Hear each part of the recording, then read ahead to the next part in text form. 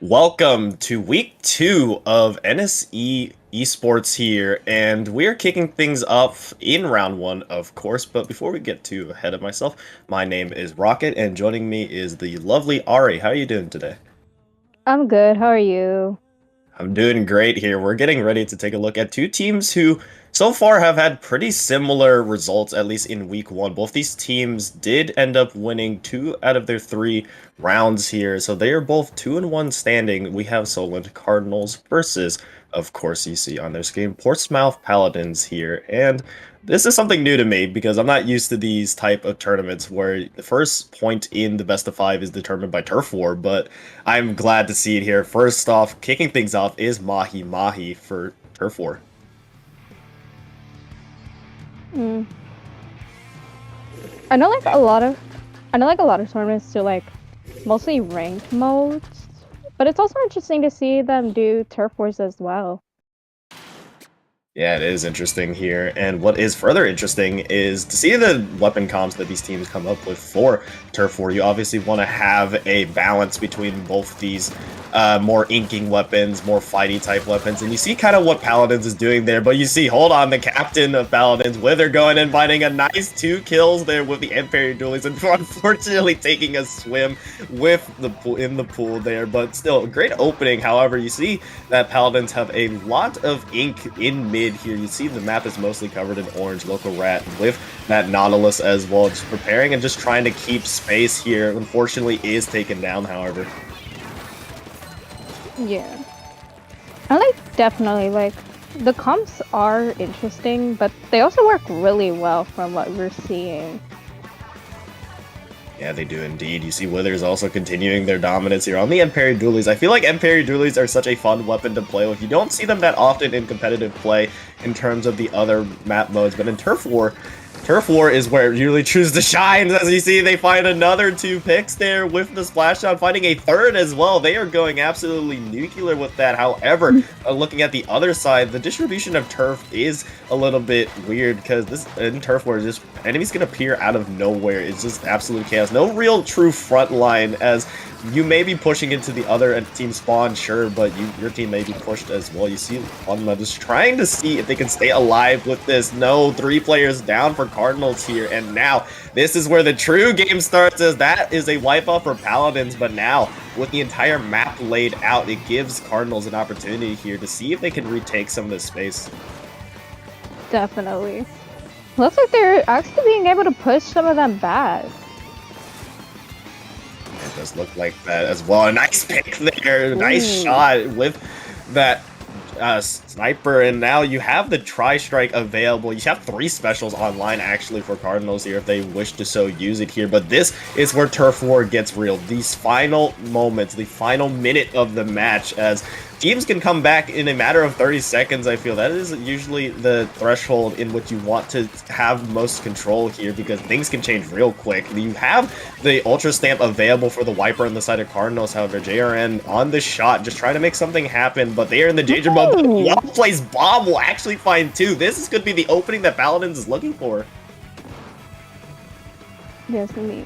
With the last 30 seconds taken down, I feel like Paladin, they're wait. The Cardinals are taking it back. Like, the Cardinals are, like, really pushing.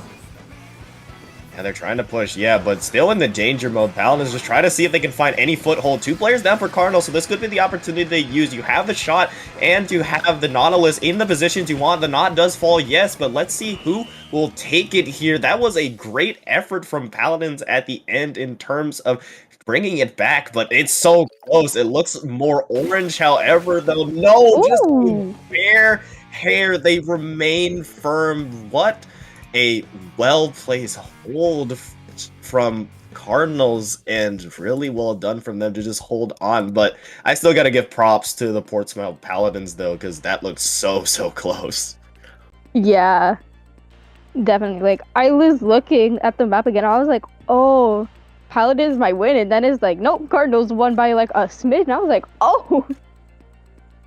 Yeah, so close, but I feel like I mentioned their name before, and I'll mention it again. Withers on those M-Parry Splat dualies, managing to just get these multi-kills, and Splashdown Curling Bomb is such a deadly special, sub-special combination with it as well. You see them, yes, they do go down, but they did find 3 of the 4 of the Paladins there, and just being able to create that space is key, but in terms of turf war, you want to be able to have that strong control at the very end. And although they were starting to lose it a little bit, their dominance throughout the first 2.5 minutes really allowed them to have a little bit of a cushion to play with. So that's ultimately how they won here. But yeah, just really well done there. Let's see if they can continue this, as now this is game 2 for the turf wars. Remember, if it is best of 3 for the turf wars to take the first point in this set.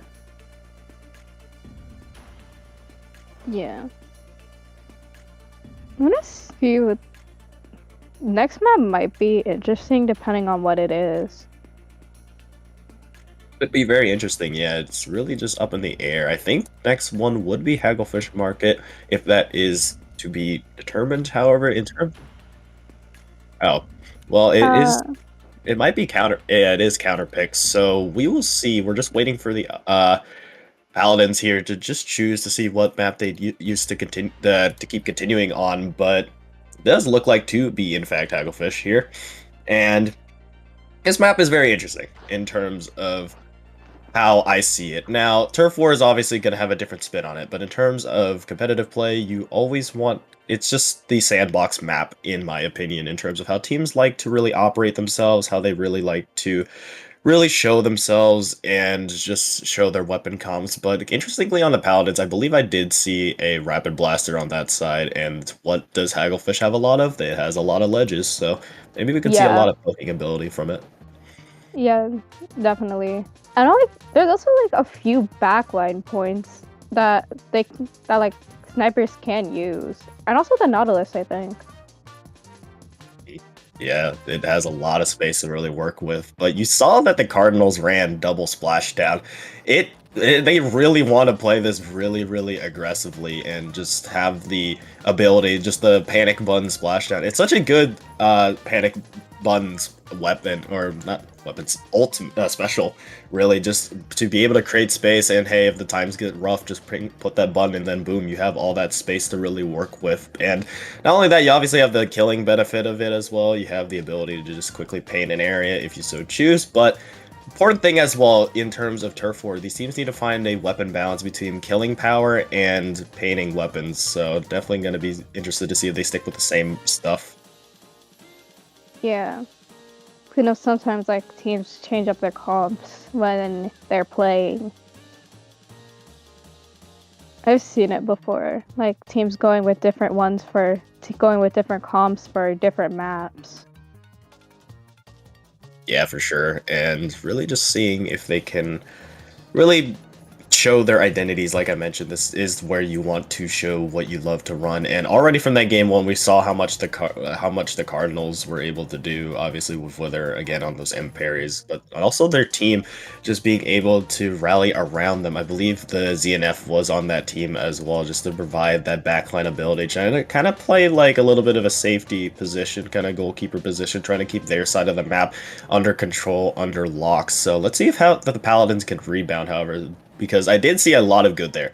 I saw a lot of good at the end there. You saw the well-placed bomb finding 2 at the very end on the side of Paladins, and they were able to almost come back from it, so it doesn't matter how bad they were getting beat at the beginning, it only matters about the ending result. So it definitely showed to me that Paladins are a resilient bunch, but obviously Cardinals, they did take that first game, so they are already shown that they are nothing to be messed with. Yeah. That bomb that got the 2 picks definitely surprised me because I didn't realize the bomb was thrown even.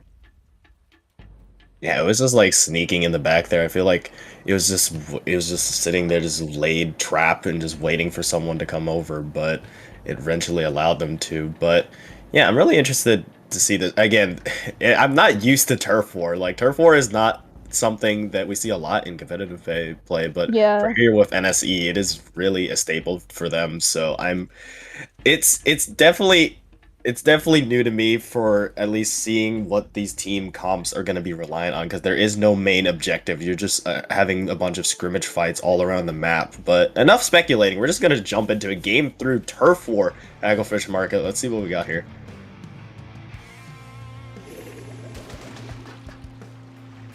Ooh, you see a Zimmy being pulled out from Local Rat on the other side. I believe that is the same comp coming out from the Cardinals, so which will be the Cardinals in purple and the Paladins in orange. Local Rat having the Zimmy. I love Zimmy as a weapon here. Just having not only the painting power, but also having that bubble is oh so key. And you have those mines to boot as well, so it's going to be a great midline presence to just allow themselves to take space. Speaking of taking space, the Paladins with that Zuka will find one and is trying to take space with their 3 specials they have online. However, they do have to worry about Wither and their splashdown going in already, breaking that bubble, not quite finding the kill yet, but eventually will as 2 fall. Now 3 fall for the Paladins.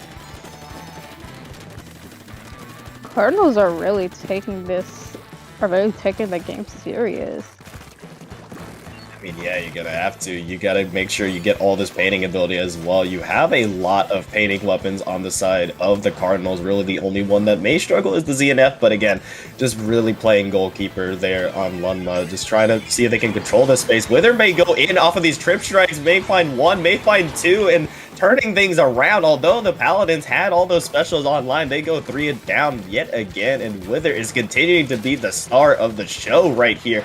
Just being able to get these quick picks and allow their team to move in and take this space. However, there is still plenty of time left in the match here. We're not even we're barely halfway through this match, but so far it has been all Cardinals so far. The Paladins need to find a way to bounce back, and by doing that, they'll be able to turn this around. Now, how would you do that, you'd say? Well, you need to start by getting these specials to see if you can get this space. That is a great pick, however, and that will force the wipeout as Cardinals are continuing to just play keep away and just playing Paladins like a fiddle here. They need to see if Paladins can find an equalizing pick. However, you need to build those specials like I mentioned. Yeah. Ooh, that was a nice pick. Yeah, you need to start by getting that sniper out of position, however, and the Zuka could be the ways to do it here. You see, go out early and just sneaky trying to move in. JRN, the Zuka user, the shot user. 2 players do fall though, so now you're just trying to see if they can go in, but no, Lunma holds firm, and so does the rest of Cardinals. Now an opportunity for Cardinals to move in here. Wither going in will get taken out. No picks to be had with that splashdown, so now an opportunity may present itself, especially since the Ultra Stamp was just canceled out there. 30 seconds is still plenty of time for Paladins to get back into it. This is feeling like deja vu to me. I don't know about you, Ari, but this is exactly what happened in the previous one. You see a collateral shot by Lunma, though, may shut that down completely. Still in the danger zone. 15 seconds left. Just JRN, the shot left in position. Will find 1, trying to look for more, trying to find anything here to stay alive. The Zuka maybe even coming out, but no, is taken out. 5 seconds left. 4, 3, 2, 1, and that will be another Cardinals point, and that will be the second game for Turf War. Yeah. You did say, are they playing the 3rd game, or it's like they're just doing 2 and that's it? Yeah. Alright. Okay, so yeah, so they are doing okay, it is best of 3 in Turf War, so that is the first point for the Cardinals there in the set. And that will be the end for Turf War for us, but Cardinals showing their great firepower and just ability to just really win these fights. I feel like that's where Turf War allows you to show more of your mechanical skill, but at least your fighting skill, I mean. But now we're going to be shifting over to the more competitive modes, obviously being Tower Control, Clan Blitz, Rainmaker, you know, all the good stuff. But now we're just going to be looking to see how these teams can really work together and see if those same stars will try to shine here, being obviously Wither on the side of Cardinals and JRN on Paladins. But we'll have to wait and see for that here. We'll just be waiting for the first map mode pick real quick. But I loved what I saw from both teams, though. Definitely. Paladins did show a lot of resistance when playing both Turf War matches. Indeed. And I believe our first Map mode should be loading up soon. It is zones, but we are waiting for the actual map itself. But I'd love to see some. I'd love to see the weapons. At least it gives us a hint of what these players might be running here. But oh, Mhm. actually, the first map mode is already in. It's going to be Mako Tower Control, which is a very interesting map mode. This is a great map for these midline weapons, such as blasters, such as Watanas, such as really sloshers as well. Really just these weapons that really thrive around ledges, because just being able to camp those ledges and just play keep away can be key. We saw the Z and F come out from Cardinals as well. So having those GG strikes, I love to call them GG strikes, because you have them at the end, you just throw them on the tower and someone else jumps on the tower. That's the win there, as long as you have the lead. But very interesting map mode here. What are your thoughts on it, Ari? Honestly, I think Mako Zone. No, why did I say Mako Zones? Mako Tower. It honestly definitely will be interesting because it will feel like a midline dominated game. So depending on like what the teams go with, there one might have the advantage over the other. Yeah. Sometimes matches are just won based on team comp, but then again, I've seen crazier things like 3 brushes and a Splatana being played, so I mean, Yeah. I'm not one to judge it. I mean, that is a major part of it as well, but it is also in the hands of the beholder. No weapon can obviously fire itself, so really it's just what these players can really do with them, of course, here. But now this is game number 2 here, tower control. You remember, Cardinals are already up 1-0 in the set because of the turf war stuff. We're seeing already changes in comp here, at least from both sides. Both sides electing to go with the custom blaster, which I think is a very underrated weapon. Now, some may argue that it has its limitations, sure, but it's just a fun weapon to use here. Point sensor obviously being a great sub weapon, just basically rooting out these sharking weapons, and splashdown is always nice. However, paladins will be taken out. Actually, both blasters will fall, and Cardinals will be the one to take the first advantage. 3 players falling for paladins, just left to the shot left. See here, just the continuous fighting here. JRN, however, manages to find 2 with the Zuka and turn that quickly around, though, for Paladins, so really nicely done from them. However, they do lose their custom blaster. Great shot from Ludma coming back and managing to find that tower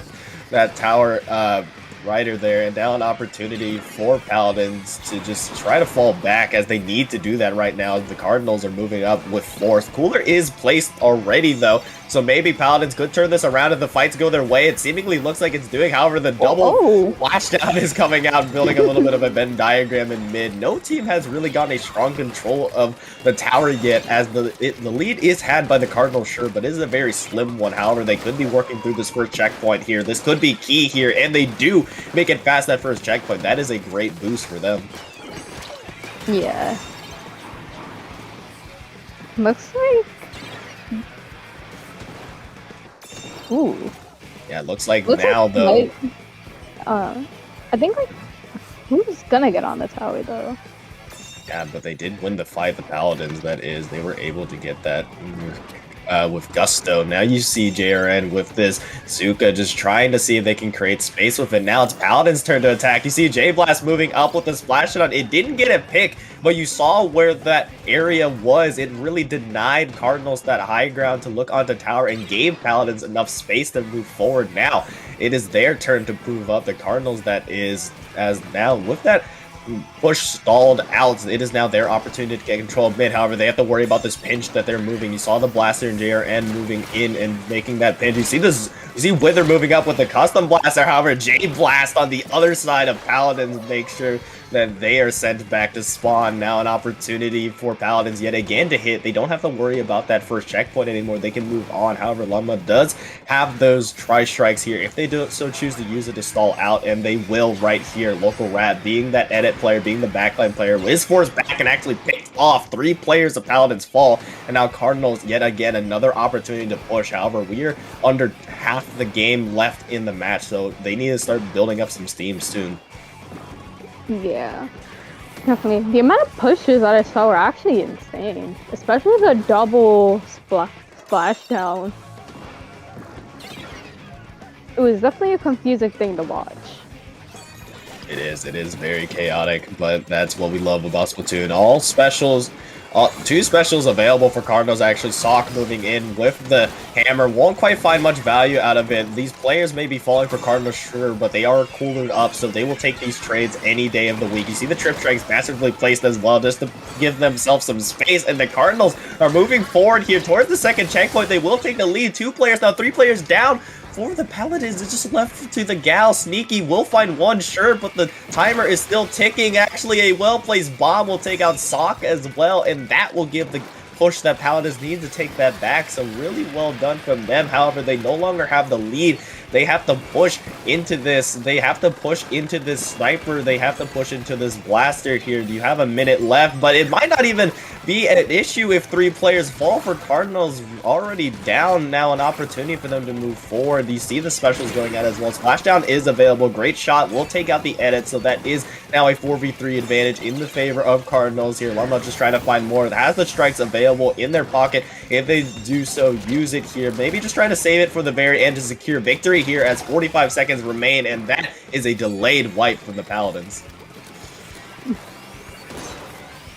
Ooh, great shooting as well. Lumba continuing to show as well. Just still keeping these trip strikes in the pocket, which I love to see here. You have the lead. You don't want to throw away your win condition here, but however, being the last player standing, it will not matter. Taking out Sneaky and continuing to just make that presence that eventually will jump out. Now these are the final moments here. Paladins needs to take out Yunma first. JRN may be the one to do it. Great shot there. Takes out those trip strikes. This is the opportunity that Paladins needs to move forward. They have a 3-to-1 numbers advantage. Now 2-to-1 numbers advantage. They need to move forward before the ZNF can build those trip strikes again. Now it is overtime. They cannot step off of this. They cannot step off of this tower. J-Blast is moving forward with that splashdown here, and it is just a slaughter fest on the tower. However, the Paladins fall, and the Cardinals will be taking game 2.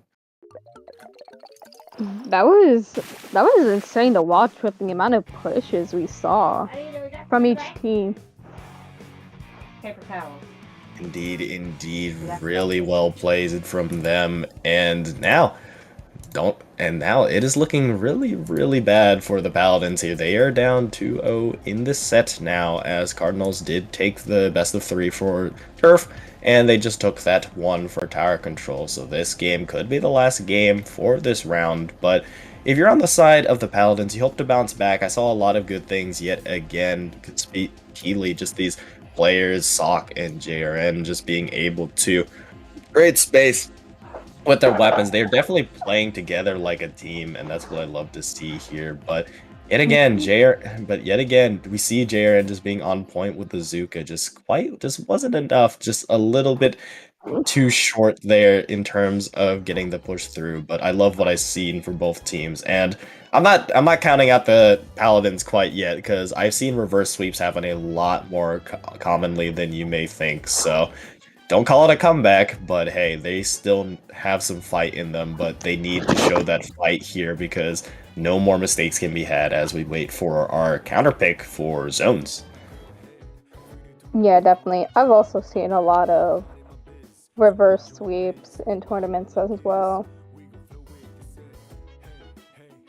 Indeed. And looking at the map pool, what we have to choose from, we have Undertow Spillway, Museum, Mahi, Barnacle and Dime, and Ship-Shaped Cargo for our potential zone maps here, but we'll just have to wait and see which one they choose here. But at least in my opinion, the one I want to probably see is Barnacle and Dime. It's always a classic, kind of up there with Hagglefish Market. But what about you, Ari? Yeah, definitely. I feel like I never seen like a lot of classic maps and ranked modes being played. Like, I've seen like Humpback Rainmaker in tournament, and I've also seen what other one that's kind of a classic. Another classic. Hmm? Let's see. I was gonna say Barnacle. I was gonna say Ship Shape Cargo as well is another map mode. You see like 2 modes on it. You see typically tower or zone on it. Yeah, that's definitely also a classic one as well.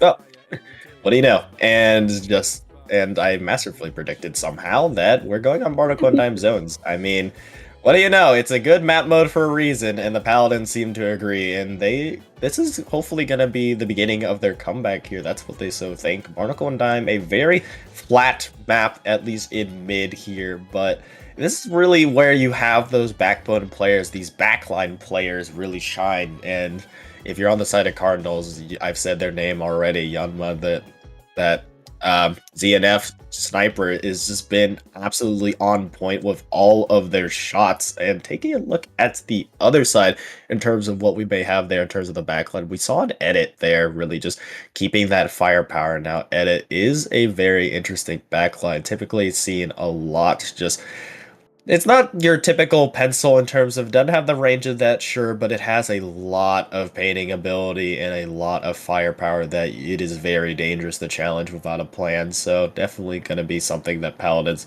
is trying to bring to the table here. Going to be the key to them, and obviously Cooler is going to be their play, of course, because Cooler is really, really good for a lot of reasons. I mean, I don't want to beat a dead horse, but you know all the benefits of it. So definitely want to keep these backline players alive in order to keep these teams structured in mid and really just how they want to play the game.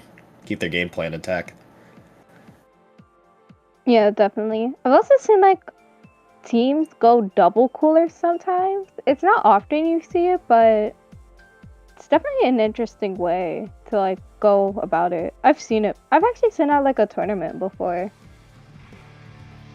Yeah, you see those run when the teams want to play very, very aggressively. They have no fear here. We see Local Rat going back with the Zimmy. I like it. On the other side, very interesting comp change here. We're going Splatana and Wiper. Yeah, we're seeing a double sword coming out. You see Wither back on those Imperies and Electrical on the Zap for that Cooler. Taking a look at the other side, we actually do see a Pencil plus the Zimmy. I love to see the Zimmy here. Bubble can create so much presence in mid. A opening pick will go in favor of the Paladins, though. So now we're seeing a little bit of fortunes change from them. JRN trying to build up the Zuka. Cooler's already out. They're trying to look for a fight here as the members of Cardinals are already found out their locations. That is JRN just shooting the Zuka. Will find Lexical on that cross. However, they do have to worry about that Zipcaster that is going out. The zone is still trying to be contested. You see Wither going in with that splashdown just to break that bubble. However, the zone is not quite yet claimed. It might be claimed. No, if JRN finds a double on the left side, finding more, finding three. Could they go for the team fight here?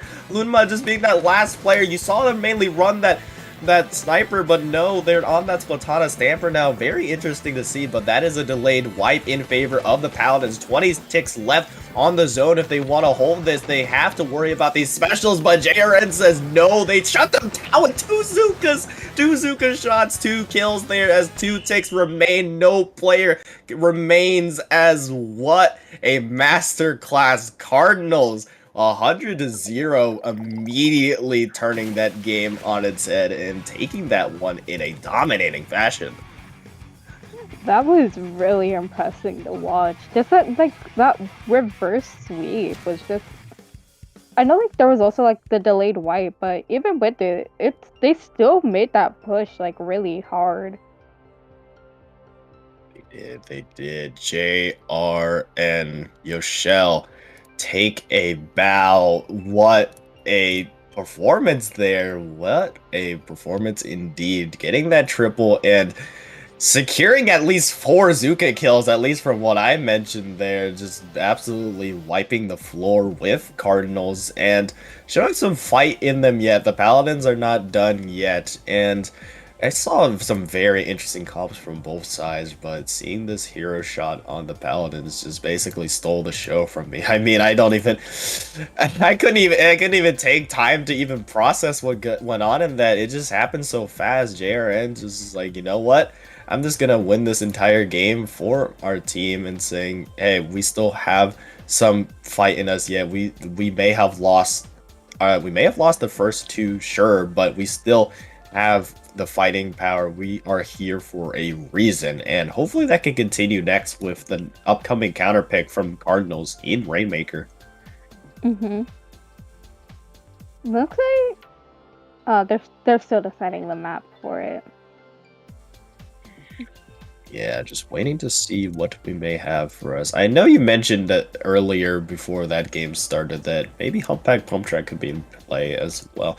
See Crab Lake Capital, Banta Maria, Sturgeon Shipyard, Undertow Spillway, and Scourge Gorge. Now, what was the one that you mentioned? You mentioned Undertow, or was it Humpback? I forget. I mentioned Humpback Rainmaker. Yeah, Humpback's always a classic favorite to me. It's always chaotic and stuff. But interestingly here, we have Crag Lake Capital, which is an interesting Rainmaker mode for a couple of reasons. Number one being, in all Rainmaker maps, the first checkpoint is usually a given, just winning the first map, the first team fight, really. Just once you win that first team fight, you can really move forward and get that checkpoint. Second checkpoint slash goal, that is where it gets so difficult, and especially on Crab Lake Capital, you have two different routes you can take, the left and the right one, and they both have their positives and negatives. The left side is I don't want to say either side is really easy because both sides are really difficult to push through. The left side is the technically easier one, at least in my opinion. You just have to get through the jump from that checkpoint to the upper level where the enemies are coming in. Or you go to no man's land on the right side and try to walk the plank pretty much of those grates, as you are basically a sitting duck there. So Yeah. I am interested to see what these two teams' game plan is for navigating that. Definitely specials are going to be key here, and we're looking at a double shot Nautilus here on this. Hold on here. On the other side, Lunma switching to the E-Leader. Uh-oh, watch out for that E-Leader. Lunma has been on point with those snipes, but yeah, double shot is interesting here, but you do have the T-Tech and the V-Shot for that. You have the Trip Strikes and the Zuka that JRN has been very on point with, so I can see it from a special standpoint. However, Cardinals will take the first two opening picks. Ooh, the Rainmaker, Brad. Was it the E-Leader who got that pick? That was really impressive.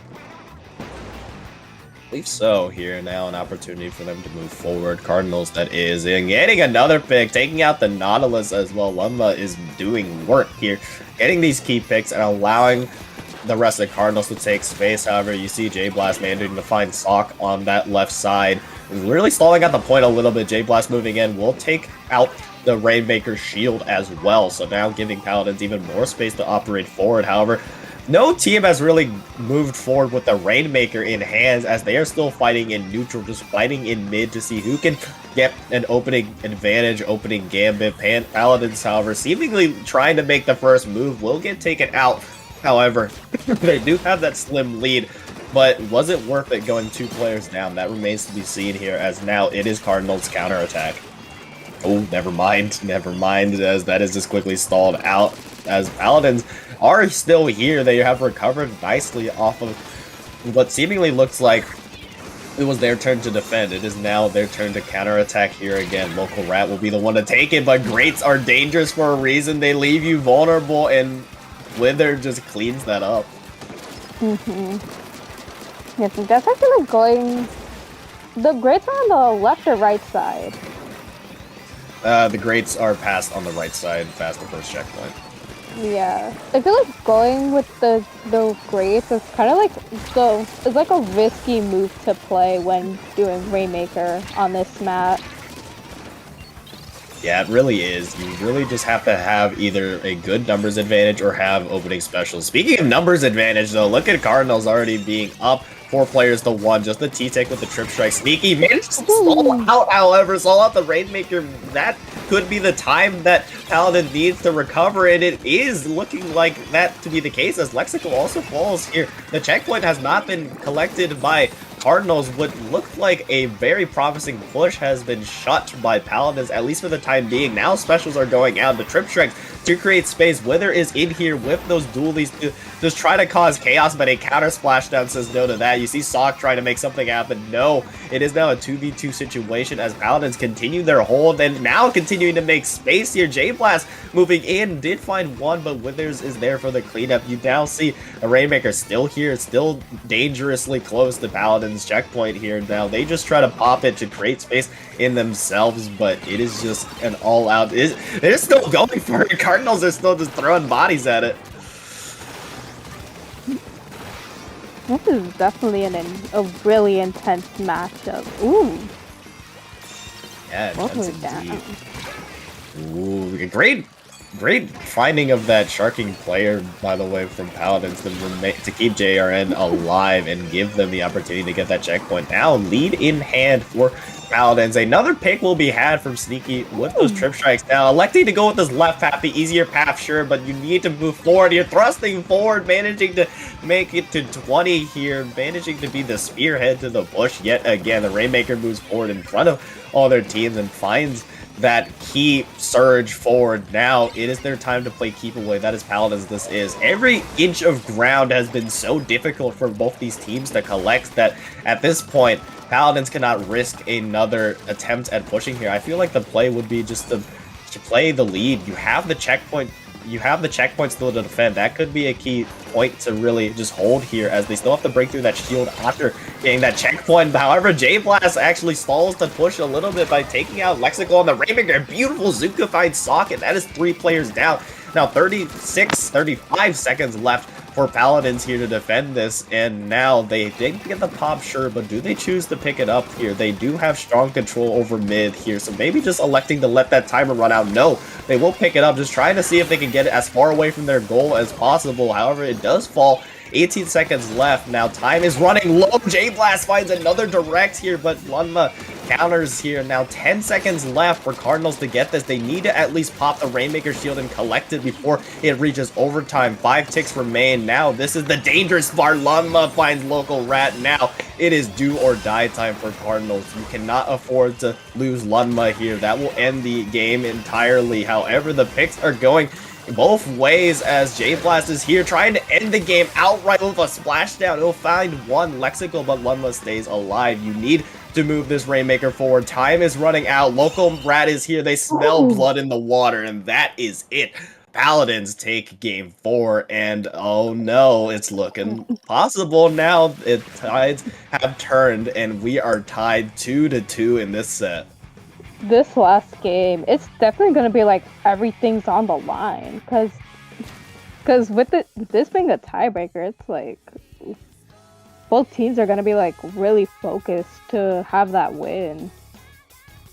Focused indeed. It is tied 2-2. You couldn't have written it better than this. It is now game, set, point here, and still it is Solon Cardinals counterpicked, but what a bounce back by Paladins. I mean, you see here, this is the push that won them the game pretty much. They were really allowed free reign of this platform, really allowed to get these space, and really a key player from Paladins there I want to give a big shout out to was J-Blast, of course. You see that 1-2 combo that they have, JRN and J-Blast being those more frontline weapons, being able to take this space so quickly, and then just being backed up by a Nautilus, of all things. The Nautilus being the sole backline of the team. I mean, that's not typically a weapon you'd normally see. It has a shorter range than other Splatlings, but hey, it worked out for them because playing this aggressive comp is what they love to do, and we saw how well it worked right there. Let's see if Cardinals may be cooking up something here, because they still get the map pick, and it is going to be Clams now. Let's see if they can close it out in Clams, or if Paladins can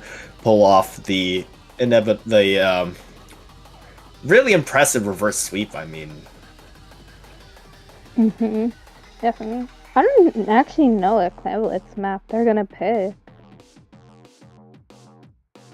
Yeah, I'm interested indeed. And let's see what we got here. We got Scorch.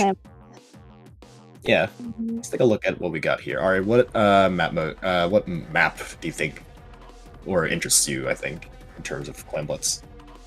In terms of Clamblets, I feel like Inkblot interests me the most with like how the structure is laid out. Because like you have. Oh, sorry. Go ahead. No, you can go ahead. It's fine. No, I was just mentioning that Scorch Gorge is another common pick as well in terms of what we like to see in classics. I see a lot in NA as well. There's an NA play, but yeah. Oh, we've seen brine water. That's interesting. Brine water. You see. Actually, brine water clam. That's actually not a bad pick. I've had it all. I don't see it commonly. I mean, we don't see this map commonly in general, but usually when you do see it, I tend to see it on zones, not Clam Blitz. But Clam Blitz is seemingly the more popular map and the mode played in terms of this, of course. But I mean, it's gonna be up to really that mid fight. The mid fight is going to be so key. It is another interesting part of it where it's very open. Mid is very open, and really up to how these fights are gonna go. There's a lot of space to work with. You obviously have the perch that usually snipers take steps on. I would imagine Yunma would probably be running that E leader just for that range, just being able to one-shot somebody from across the map, maybe challenge a Edits, a Nautilus on the other side, kind of what Paladins were doing. Could be key here, but in terms of what Paladins were running, I would love this the comp that they ran to just run it back here again. I mean, you had the double shot for the Trip Strikes and Zukas, really these initiation specials to really let you go in, and you have the Custom Blaster to do the same thing as well as the Knot. So really just all offense for Paladins is what they love to run, but Cardinals have been running a really good comp to counteract as well. I mean, Withers has been still doing damage on those Emperi Dualies. Yeah, definitely. I know, like, definitely having midpoint as, like, a backline or, like, a midliner is definitely crucial when playing Brine Water Zones. I like any map, and, like, any mode in general. Like, even playing in Turf War, I've seen it before, and, like, I've seen teams, I think, like, when I've played, I've seen, like, teams that have, like, a really strong mid hold, and I have seen that. It's really impressive, especially if they're, like, a frontliner or just, like, a backliner in general. Indeed. And taking a look at things, what I'm really interested in is, like I mentioned, seeing if the Paladins are going to be running the same comp, and just seeing if they can just keep playing this aggressive mindset that they do love to play. And I mean, if there's a mode to do it on, it's going to be Rainmaker. Not Rainmaker, it's going to be Clam Blitz. Rainmaker was another good mode. These two modes, Rainmaker and Clam Blitz, are modes you can kind of get away with without playing a traditional backline, because you can get over the hump of not having quite as much range or fire or baiting ability, really, with just firepower, and that's something that Clam Blitz can akin to. So definitely going to be interested to see that. Maybe could see a bubble weapon as well. We did see Zimmy being played as well, so maybe we could see the return of that.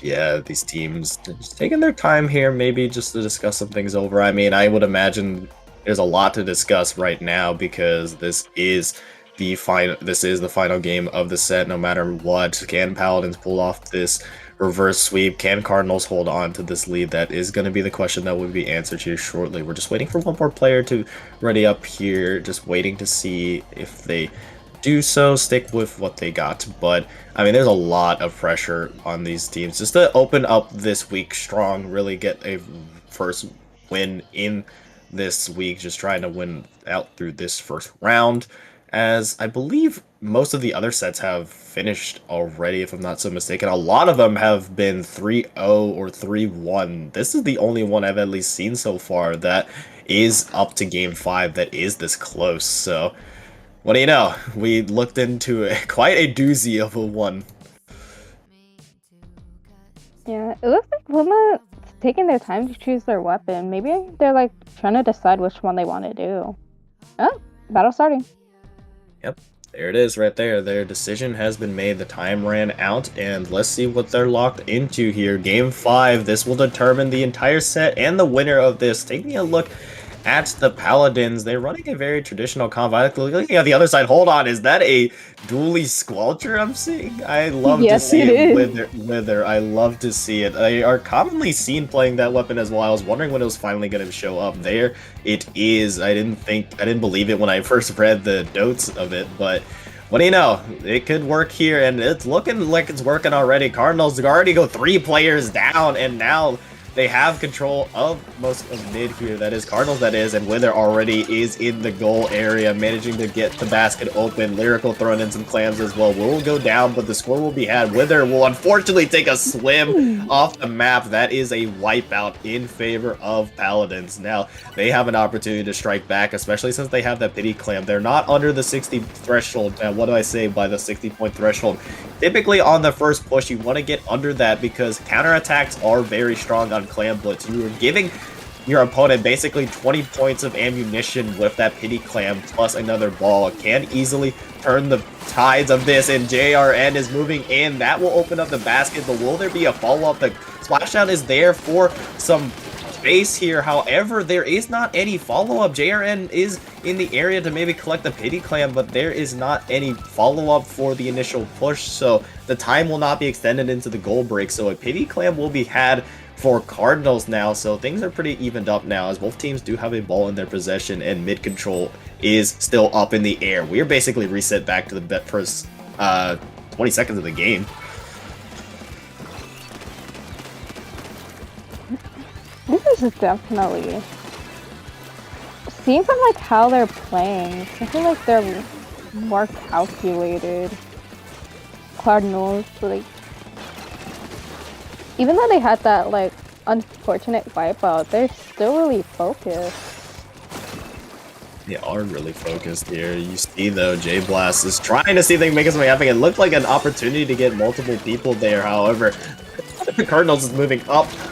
Excuse me, as you see, the Ultra Stamp is available as well to even create even more space. Wither is being the spearhead despite being pretty much one of the longest range weapons on their team here, trying to take every fight, trying to make sure that their team can move in. Lexical may be trying to move in. No, time is not on their side as that push will be stopped, but still a great push nonetheless, knocking it down to 47 points left on the scoreboard. Paladin's turn to push in. They have the specials to do so. The rain moving in. The splashdown is available from J-Blast.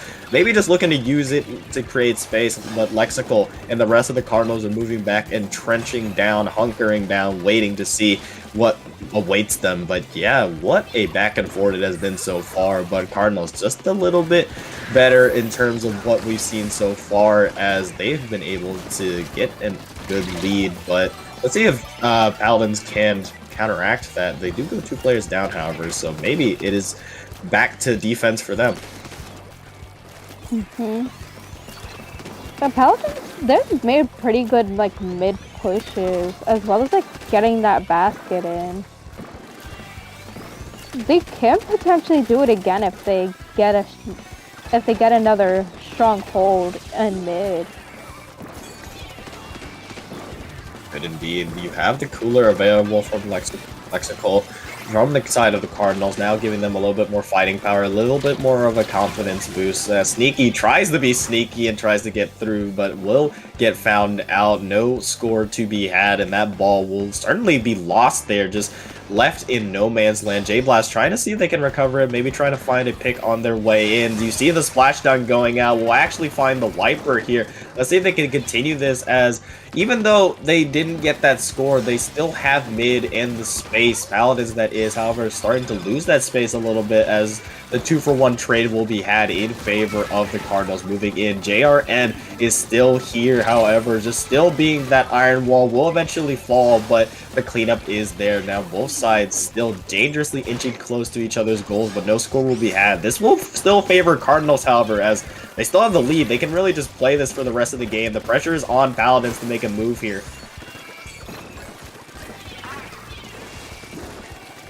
You see the rain going out as well. You see the sneaky with the cooler going out as well. This is the last push. 2 players fall early, however, so now Local Rat is just left to their own devices, and they will go down now. 15 seconds left.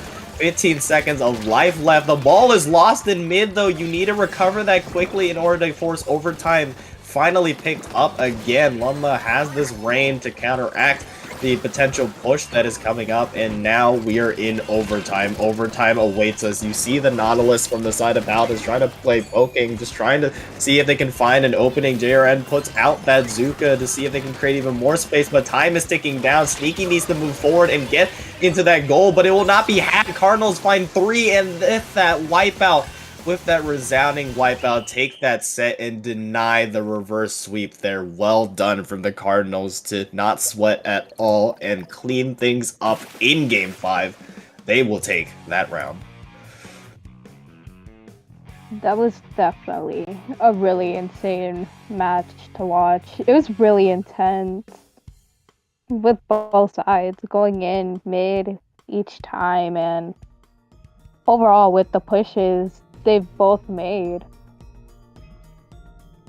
Indeed, really well done from them, and I'm sure that, I mean, they're a strong team for a reason. There's a reason why they opened this set to Neil. There's a reason why they were able to really put on the pressure early, and although they had some setbacks in Game 3 and Game 4 when the time mattered most, they were able to really show themselves. And I feel like Wither was just really saving the the Dually Jet Squelchers until the very end. They were just running pure M parries, I believe, during that entire set until Game 5, the most important one. They completely shut that down. But anyways, GG's to them, and we think we're gonna take a very momentary break to just take a breather, but don't go anywhere. We'll be back for round 2 of week 2 of NSE here shortly.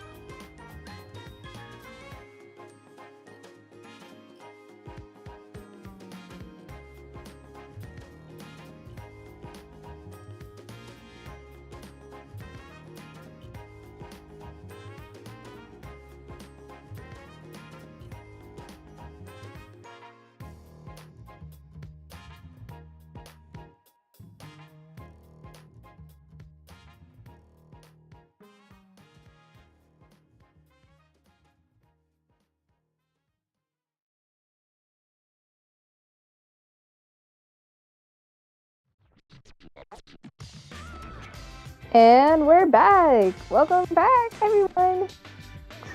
Still the same people. Again, I'm Ari, and I'm joined with Rocket. How are you feeling today after the matches? After the matches we just watched between Cardinals and the Paladins? I don't know about you. I'm hyped up. I am hyped up after that. That was a wonderful set to watch. Best of 5, all the way down to the very end, down to the wire there. Let's see if we can see something similar here, as we're going to be looking at Wawa versus Anarchist here. Now, a little bit of history between both these teams, at least with Wawa. They are the defending NSE champions, so that is something to be aware of. I mean, they won their first week one, during their week one, they won all 3 of their rounds. They were able to complete the entire sweep, so really well done from them. Now taking a look at Anarchist on the other side, they are also a strong team led by Snipes, their captain. Snipes seems to be the Swiss blade of Anarchist, kind of like how they play, kind of like just really being adaptable and being led by Snipes is just what Anarchists know best. They love to play around their captain, love to really support them in their fighting ability. But yeah, just really interesting to see. I believe Wawa has Wawa's captain Pig, excuse me, is a Rapid Blaster Pro Deco player, which is a really fun weapon to see being played. It's really not common to see, but I love it to see. There it is right there, Pick being played. Also not common as well is Wall String, and you see the Dread, which is common, and the Splat Roller I'd love to see as well. On the other side, is that a Luna? Hello, Luna coming out from Anarchy, which is something you don't see very often at all, but it really has that close range fighting power here. And before I get too ahead of myself, this is Umami Rune's Turf War. Remember, for all of you new here, myself included, this is new to me.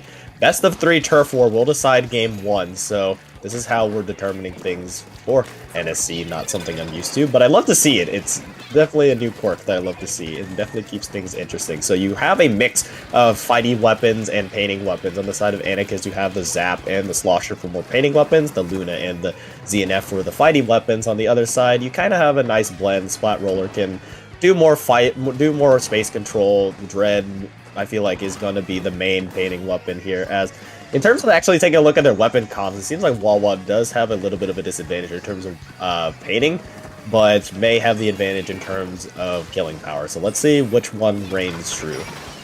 I know bowstring, I've seen it before in a few tournaments. Like, it's also not that common, like, I know, but it's like, bowstring is equally good. Like, I've seen it come out from, like, I feel like on, like, 2 teams at the same time once. They're like 2 different teams going against each other, and they both had a Welsh string. That Welsh string user is Katie, just providing that artillery fire, however, is taken out by Anarchy on this Luna. The Luna also being traded out as well. Trades just happening back and forward here. But so far, both teams pretty even in terms of turf on the map here. You see them just trying to see if they can get any space necessary, but they do have to worry about any nooks and crannies they might be missing here that is covered in the enemy team's ink, because you don't know how much you're gonna win by or lose by in this, and you don't know how close it is until the very end. I mean, we saw it there. Reef Slider doing a little... What was that? I saw Reef Slider doing a little bit of a dance there. Did not paint anything. Uh-oh, I think we're experiencing a little bit of lag here. But anyways, regardless of that, you see them... Oh, no. There it goes. Yep, Wawa will lose their Dread.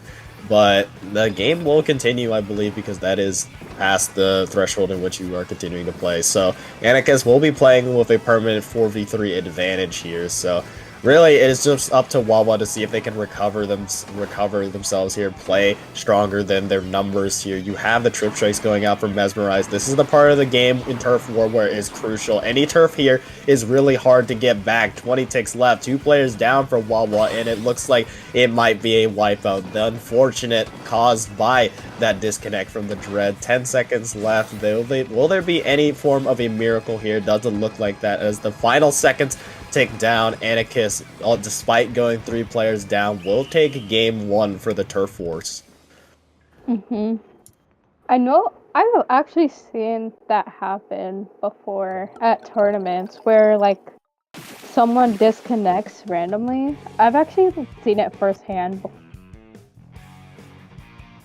Yeah, it's always tragic when you see it there, but I mean, it was a little bit, I mean, it was entertaining to see or like to notice it because I was noticing the dread slide across the floor and kind of float. Not only this, pretty obvious to see what's kind of going on wrong here, but to see the reef slider kind of floating in midair was a little bit entertaining to see. But unfortunately, Wawa did play with a numbers advantage at the very end, and it is really hard to come back from in terms of turf wars. So first game will go to Anarchist here, but still 2 more games to recover from that to take game 1 in the set. But I liked the combination of the balance of weapons in terms of what both these teams were running some designated weapons for killing and running some designated weapons for painting.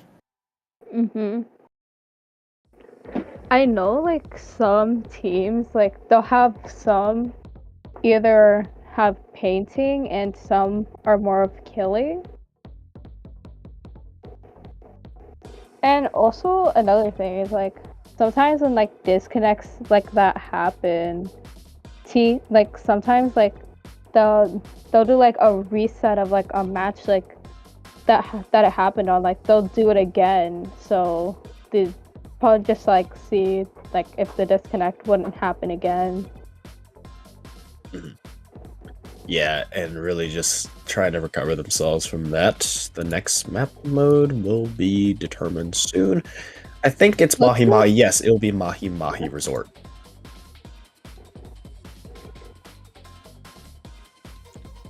So yeah, very interesting mode map coming up. Any thoughts on this, Ari, in terms of the map being Mahi Mahi for Turf War? I know that the 2 high points, they're definitely something like I see a lot of backliners use as leverage to gain control. Especially when like the tide levels drop. Yeah, those snipe positions are going to be key for those backline players to really get in that vantage point, that height elevation, really allow them to see the playing field as well, really allow them to help where needed, help paint, help maybe deter any wannabe push frontline weapons from pushing, and just say, hey, I'm here as well, so you better back off or face the consequences, and that is something that's key in this. I mean, Turf War is called Turf War for a reason. You're trying to maintain spaces of land, you're trying to maintain areas on the map, and that is going to be the key, because really maintaining those portions of the map for at least extended periods of time is really hard to do in terms of doing that throughout the entire 3-minute threshold. But really, you want to have those points around the 1-minute mark for Turf War, because final minute is usually where you really have those key specials going on, and this is where every action is really intensified in terms of impact. Mm-hmm. I don't know if the teams are sticking with the same comps they went with last time. Looks like it, at least for Wawa. On the other side, same thing looks like as well, if I'm not mistaken. I believe that Zap was still the, yeah, same comp from both sides, just running it back. Hopefully Wawa can fight with full force this time. As you see, they have designated painters, 2 players staying back to just paint the area while the other 2 move forward here. And that seems to just be the key here, making sure the base is painted, but the first pick will go to Rhythm on the side of Anarchist. Mm-hmm. Looks like Anarchists are pushing it in a lot. Yeah, they are moving forward a lot. You see that bubble went out, unfortunately taken down, yeah, but here are the rest of Wawa to take back this space in mid. Usually in the first 30 seconds of Turf War, you don't see a lot of action, but now this is where the action starts happening. The Reef Slider goes out just to try to get some painting ability, however, they are being forced back a little bit by these players. Luna may pop out here, but you see the pick will go. The picks actually are evened out. Mesmerizer on the Z and F. We'll take that trade. Actually, we'll find another, and off of the back of that pick, they will throw out these trip strikes to take back some space for Anika's. A great shot there onto the Dread, and now with Cooler up as well, Anika's looked to take even more space with this fighting power. Looks like they're being Oh, that was a nice shot. Oh my goodness, the shots keep hitting, the shots keep hitting. We're seeing a lot of, well, mechanically gifted players in terms of these sniper weapons. You don't see it that so commonly in NA. You see a lot of pencils, but I love to see the ZNF here and love to see it shine. And now with the map being extended to its fullest capabilities, that being the quirk of Mahi Mahi, now the entire map is opened up for these teams to paint through, opened up for them to farm these specials, these game-changing specials. Both sides just trying to get this control mid, but you saw there that in the danger zone is Anikus, just trying to see if Wawa can come back in, take the space as well here. This is the crucial time, the final minute. You have the Lunar Zipcaster maybe to get a cheeky pick in as well, but there's still a lot of space that has not been touched by either teams. You see this roller on the side of Wawa trying to take up that space, but still they have to worry about the space in mid as well. That the picks are actually going in favor of Wawa now as 3 players are down for Anikus. That could be the win factor there. That could be the win condition, as now that is, I believe, a delayed wipe as well. Now in the danger zone in 30 seconds. That's not what you want here, as now Anikus, in order to come back from this, they need a rally in mid. 2 players are down for Wawa, so that could be what they need here. However, the paint needs to go in their favor. Another pick will be had. They need to go into mid, though. They need to paint all this yellow up. They need to get all this paint in their favor. You see the ZNF falling, though. Still in the danger zone. 10 seconds left. This roller does not care. They're getting shot in the back. They're just trying to paint everything they can. The Dredge doing the same. 5 seconds left. The trip strike's going out. Actually canceled out now. It looks like Wawa will recover well from that game 1 and take game 2, but yeah, really well played from them. Yep, the map is mostly yellow there, so barring some miracle, yep, they will take game 2, and now it is game 3 for who will get the first game in the set. That is confusing to say, but I think you understand what I mean. Yeah. It was a really impressive take back from Wawa. It was a really impressive recovery from what happened in the first match. I mean, yeah, there are previous NSE winners for a reason. I mean, you see it right here. Their ability, when they're actually playing at their full manpower, they're able to really show some dominance here. Although it did look a little scary at the end there with the with Wawa going 2-3 players down, I believe they were able to recover nicely. But now it is all down to game number 3 for who will get the game 1 for the set. This is game number 3 of Turf War. Let's see what map awaits us. They are picking it now, but any map that you haven't seen yet that would maybe be interesting for you to see, Ari? Well, judging by how it looks like it's gonna be Robo on Turf War. Robo Ramen, not common. I love to see this map mode, and I typically see it on zones or tower. But interesting for Turf War. Now this is gonna be interesting to see how these interactions are gonna happen. Obviously, the underpath both teams can take is the quirk of this map mode. But what do you think we could see, Ari? Definitely. I know I've actually played Robo Ramen on Turf War, and I've seen a lot of teams that I've went against or played with. They use the underpass a lot, so I feel like they might use the underpass a lot to get surprise picks. Mm-hmm. And you also have to think about the corners of the few little nooks and crannies that are there on the map too, because if they sit there for a little bit, then someone goes there, the player can get a pick off of them without the other person realizing it. Mm-hmm. Yep, and we're seeing similar comps. I believe that Custom Blaster is new, if I'm not mistaken. I might have forgotten it. But anyways, regardless of that, moving into game 3 of this Turf War 3-game set, this mini set in the best of 5, of course.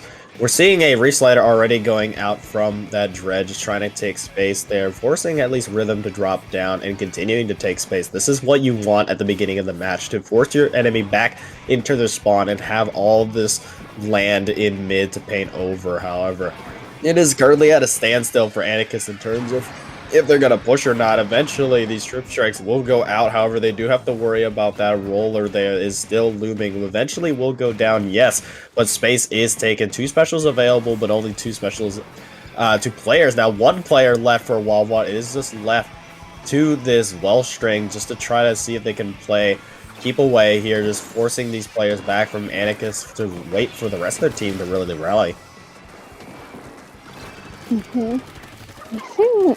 That was a really impressive beginning for Wawa, pushing Anarchist back so far. Indeed. Here you have 2 players down for Wawa, but now an opportunity for Anarchist to move in. They need to take advantage of this brief intermission, though. There's still a lot of blue that they need to paint through here. You see the trip strikes going out just to buy Anarchist more time to get this paint down. Pick is moving forward with their team, manages to find Anarchy here, just trying to lead them to victory. You see the roller being just the painting weapon that you want here, just making sure to get every nook and cranny in the base, because you don't know if that's gonna help you later on or be the reason why you lose. So making sure to get as much paint as possible. Also, farming that special too is a plus. That bubble is going to be key for them to get in a push. Just waiting now, the 1 minute mark. This is the true test now. You see the roller going in, managing to find a great timing, finding 1, finding 2. You saw the trip strikes used, but it won't matter as those 2 picks swing the favor into the side of Wawa here, as now in the danger zone. Anarchist are just trying to see if they could find any opening to get back into here. 35 seconds left. You have the custom blaster splashdown to maybe be the spearhead to your push. However, you need something else to follow up. That was really impressive. With like, this is a really impressive match coming from Wawa, taking back Mahi's zones and now just going at it in Robo Turf War. Yeah, indeed. However, and as the time looms down, Anarchist looks like they got a last-second hurrah there, and hold your horses. Look at that map. It is looking fairly orange, but does Anarchist have enough to maybe steal this game back? No, they don't, as although a great effort for sure got them out of that danger zone, Wawa just was too dominant at the beginning, and they hold on there, taking game 3 of the Turf Wars there. A little fist bump as well to boot, and they will be taking game 1 of this 5-game set there, taking the Turf Wars.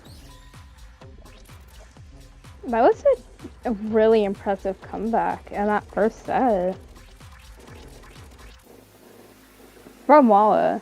Like, they lost Umami, then they just took back both Mahi and Robo. It was definitely impressive from them.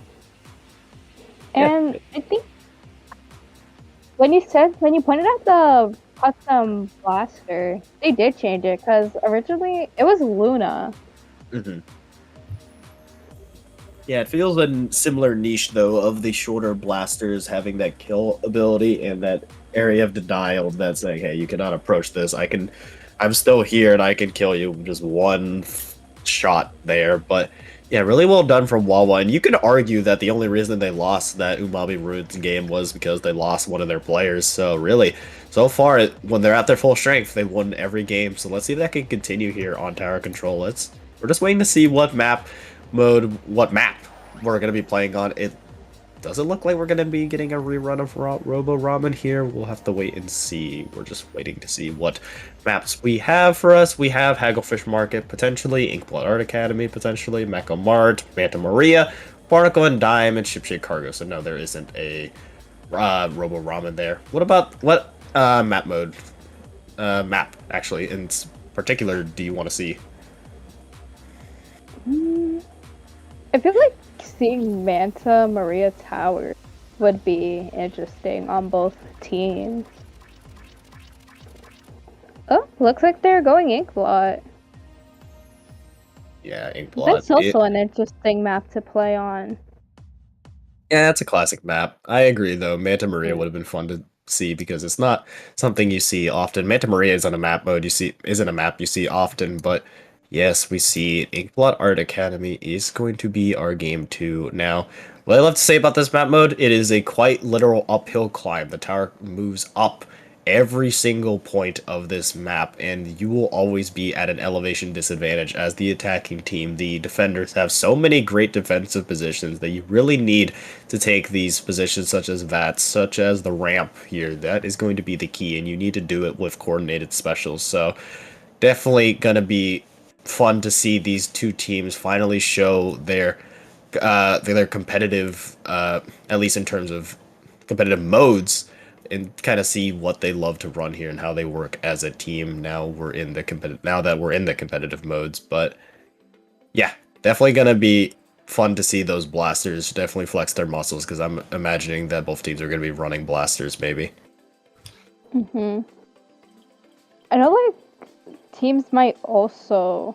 I've seen some teams also run a ballpoint, like a splatling of some kind on Inkblot. Yeah, and that could provide a lot of firepower, especially if you're on those defensive positions. But enough of that. Game number 2 of this set. Let's see what these teams are running. We're seeing something similar from either side. Actually, we're seeing a ballpoint actually come out from Anarchist. The shot, the zap remains firm, yes, but Rhythm will move to the wiper. On the other side, Katie is still on that well string. We still have the roller, but shot is due. Still the rapid blast with Deco, though. That is going to be the key thing from pick, and that is going to be the backbone of their push, because, like I mentioned before this, Blaster is so strong on this map.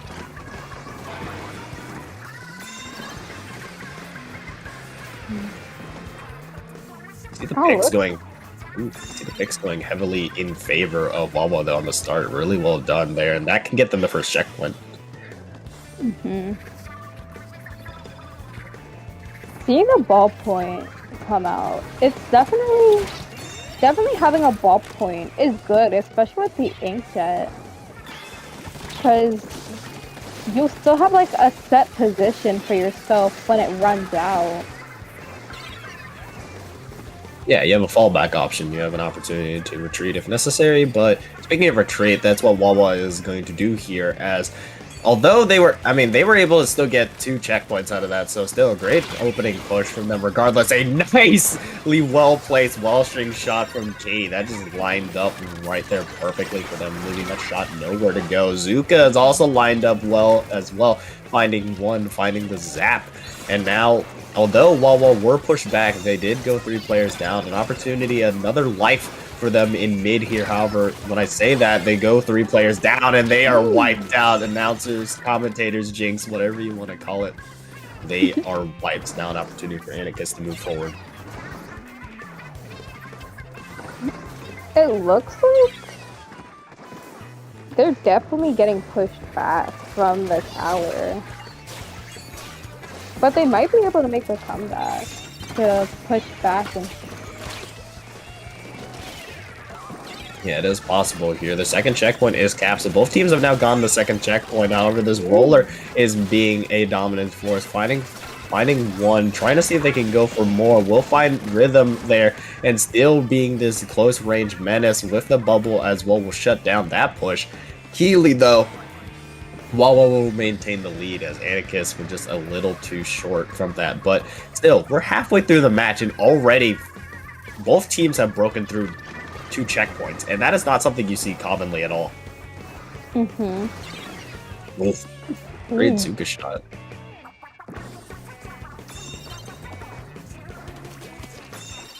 And we see these teams just trying to recover themselves a little bit, trying to see if they can recollect and push again. You see Anarchist actually will have control of mid, and they will do just that. You see the ballpoints jetpack coming out just to put these players keep these players of Wawa at bay, trying to see if they can keep them locked into that here. But you see now 2 specials were available. Now 1 is available. Anarchy just using the Zuka to see if they can get an equalizing pick. However, nothing will hit for them as they are forced back. While now in control mid, look to continue to keep up the pressure. Put the tower in the middle. They can potentially take the tower if they wanted to. They can indeed, but it's just the danger that might be looming for them. They need to get a... That's a good start. Ooh. 2 picks with the Zuka. That could open the door. Yep, now an opportunity for them to move forward here. However, just as that door opened, it slammed shut as Rhythm with the stamp and the shot as well, being able to completely shut down that push. Minute left, still favoring Wawa as they are still the team in the lead zone. Anarchist need to make a move soon. The jetpack is available for Mesmerizer, though, to really keep away here, just to see if they can get a shot on. You see them get that opening pick. 2 players down for Wawa here, and although that ballpoint did lose their life, they'll still take that trade any day of the week, numbers advantage. However, they won't take that. Rhythm will go down to that roller. You see the picks going, evening back and forth, finally now in favor of Wawa, and now they will be pushing back. 30 seconds left. Time is running down for Anarchist to keep this competitive. They need to stop this Rainmaker. They need to stop this tower, apologies, from moving forward as Pick make sure that that doesn't happen. Just trying to play kind of defensive goalie here. Looks like they might be able to... It looks like Wawa might be able to take this game. Yeah, it's looking like that. Rhythm has something to say about it, though. Now you need to stay on the tower the entire time. This is so hard to do. 2 picks are already taken by Anarchist, but these players will respawn in kind. You need to continue staggering the rest of Wawa, and that's a good start right there, managing to find 2. However, the roller is still alive. Quickly taken out. That is a wipeout. Yes, finally getting onto the tower. This could be the comeback that Anarchist looked like at the very waiting moments of it. They were able to pull it together and pull one out. What a comeback from Anarchist when the time mattered most. It looked so close there because all Wawa had to do was step on that tower, but still Anarchist was able to pull off that comeback, that overtime comeback. What a well-played game by them, still showing some fight in this. They tie up the set 1-1. That comeback from Anarchist, really insane. With that wipeout, they found that they had more free leverage, especially with overtime going down. Yeah, really well played from them. They were really able to recover from that. And Keeley continued the stagger. That's what you want to do in overtime. You want to continue staggering your opponents to make sure that they cannot set up a collected group defense. And that's what Anarchist was able to do. I saw multiple times, I believe 2 or 3 times at that final push, they were able to get a 2-down situation and then force the other team to basically take a 4-on-2 during that entire final push and really allowed them to get that final push. So it's not it doesn't matter how you start, it's how you finish. You see right here on your screen right here, 2 players down, the Wall String and the Rapid Blaster Pro Deco. Now, yet again, now a wipeout was caused just because of that. You're forcing these players to just desperately dive onto the tower, and you win those every time of the week. So really well played from them. Now we're moving on to game 3, which has already been chosen for us. It is Zone's Macomart.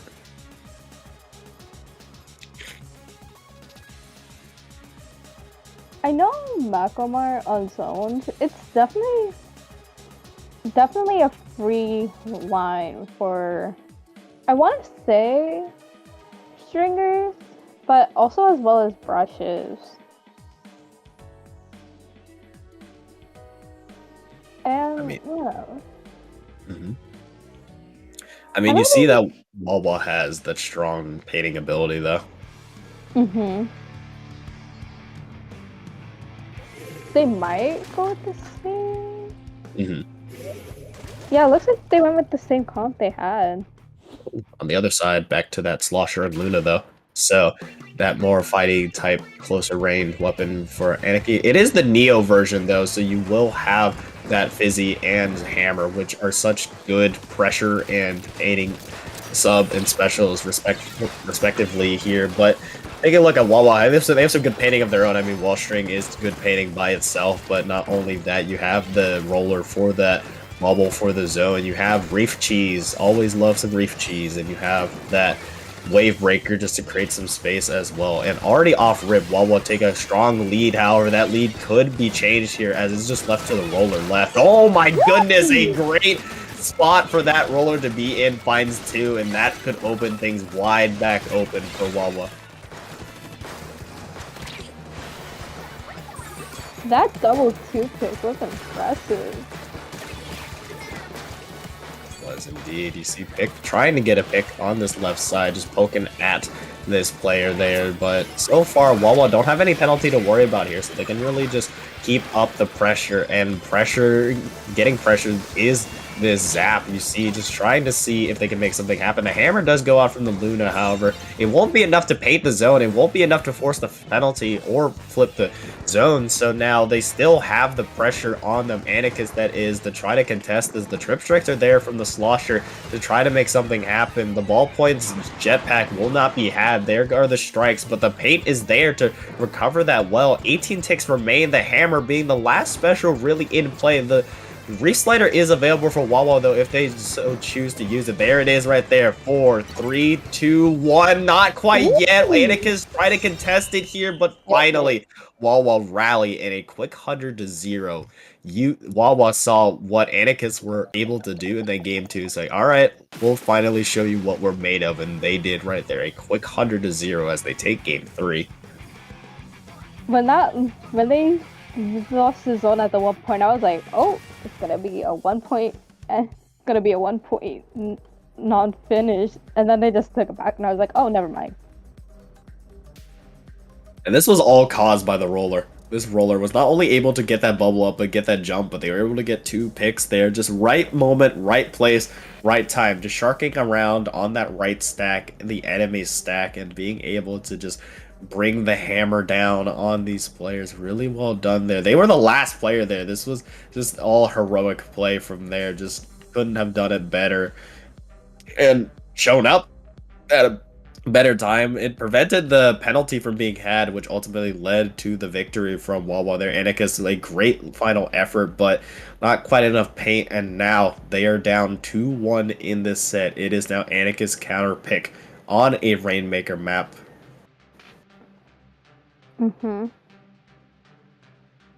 What are the Rainmaker map options? That's a good question. We see it right here. Scourge Gorge, Undertow, Sturgeon, Manta, Humpback, and Crab Lake Capital. The 2 that I'm mainly looking at the most are Humpback Pump Track and Scourge Gorge. Those are always classics to me. Definitely Humpback is a classic to most people. Yeah, I love to call Humpback Pump Track Rainmaker the Gladiator Coliseum of Splatoon maps. It is all chaos in mid, and it resembles, to me, Humpback Pump Track Rainmaker resembles Turf War the most for me in terms of comparing competitive modes to Turf War, because there's just so much chaos that can happen. There's so many areas you can really pop out of. There's no real true front line, and that could really spell for some chaotic moments. However, we will not be seeing Humpback Pump Track. We'll be seeing yet again Crab Lake Capital, which we saw earlier in the previous set. I don't really have anything to say about Crab Leg Rainmaker. Like the same of how we saw last. Right, the right being more dangerous than the left, because you're just like a sitting duck. Yeah, exactly. And really just trying to operate that. You need to really work with your specials. Your special economy is a part of the game that you really need to focus on. But something Keeley as well. Pick, the captain of Wawa, has been on Blaster. The Rapid Blaster Pro Deco I mentioned at the beginning of the set has been their bread and butter. And if there's another map mode that can really benefit the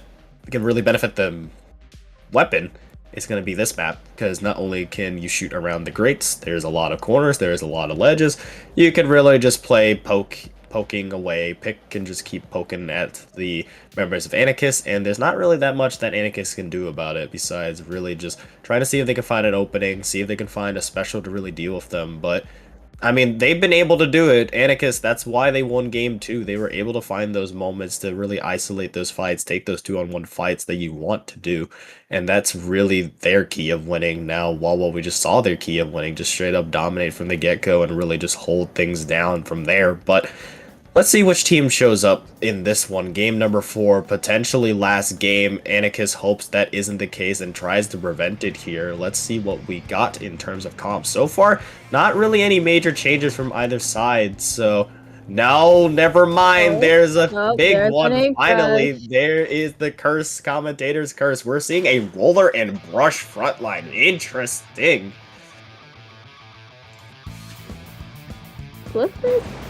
Anarchist just busted out a hero shot. They had that. I know they had a hero shot in one of the matches. Yeah, you're right here. No more blaster, no more slosher. It is going to be that hero shot plus zap combination for Anarchist here. But off rip, neither team really has taken any position. This ink pressure already, though, making a presence already in the back line of Anarchist, being that annoying player there. And Katie will elect to take the Rainmaker, now going this more dangerous right side. However, they can't afford to do this because they have the 2-player numbers advantage. Now, do they continue with this right side is the question. It looks like they're going to, but this is where Anarchist have respawned already. The bubble is there to at least cover the bush, and they are moving forward. They need to get onto solid land, but no, the hammer lands just in time, I believe. Or was that a bomb? I wasn't 100% sure, but the roller is still there. Hammer. It looked like it was the hammer that did it. Yeah, it looked like it, but then it zoomed in on a zap, so I got confused there. So I don't think a zap threw that hammer, but regardless, Anarchists have finally been able to stop Wawa's push, but what a push it was. Look at that, all the way down to 26 already. Mm-hmm.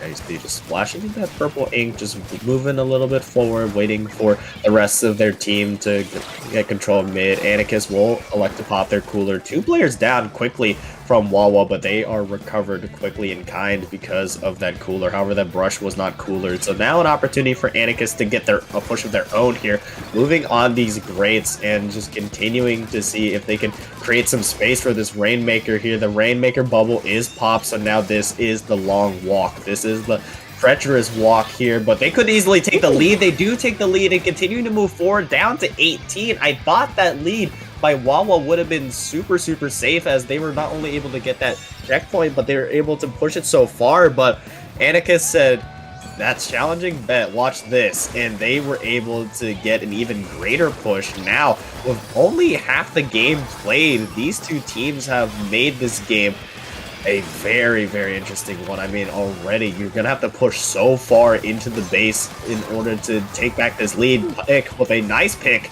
right there allows the rest of Wawa to move forward, but how will they operate this as they elect to take this left side? It is a little bit longer of a walk. They're just trying to move it forward, and they take a very slim 1-point lead. Ooh. Oh, and the wipeout. The wipeout by Anarchist will be had, so now another recovery, and yet now it is just turned into a your turn, my turn type game here.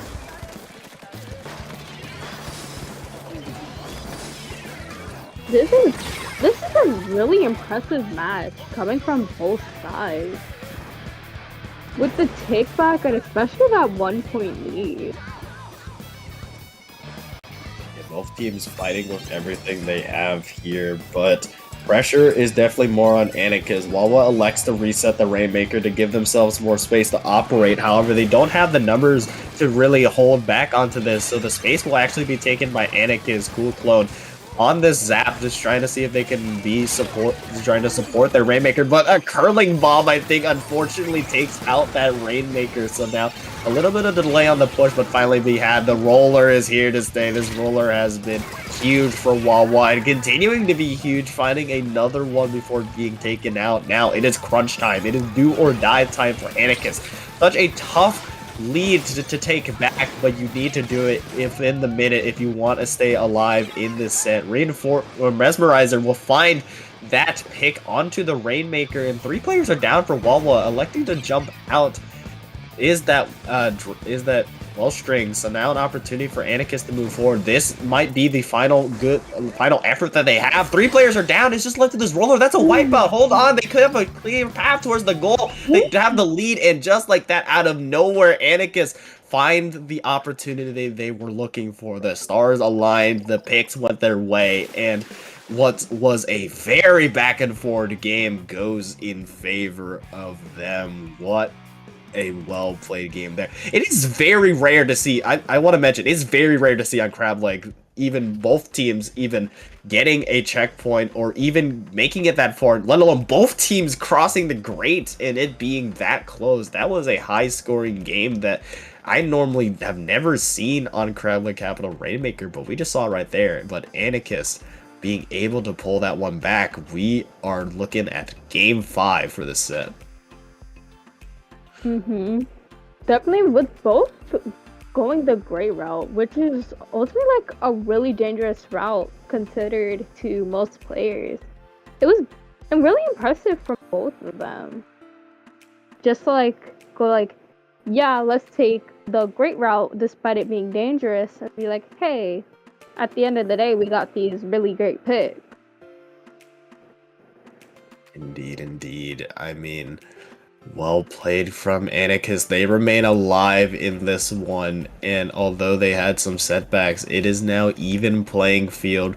You could argue that Wawa has the slight advantage now as they get the luxury of choosing their counter pick. This is the map mode that will decide things. They can really go with their strong points here, what they practice on most and what they've been able to work with. I believe they're just waiting to see what will it be. They're waiting for Clam Blitz, but what will it be indeed? We haven't seen Scourge Gorge as a map, which is interesting to me because Scourge Gorge is usually one of those more popular maps, at least from what I've seen, and we could see it here for Scourge Gorge.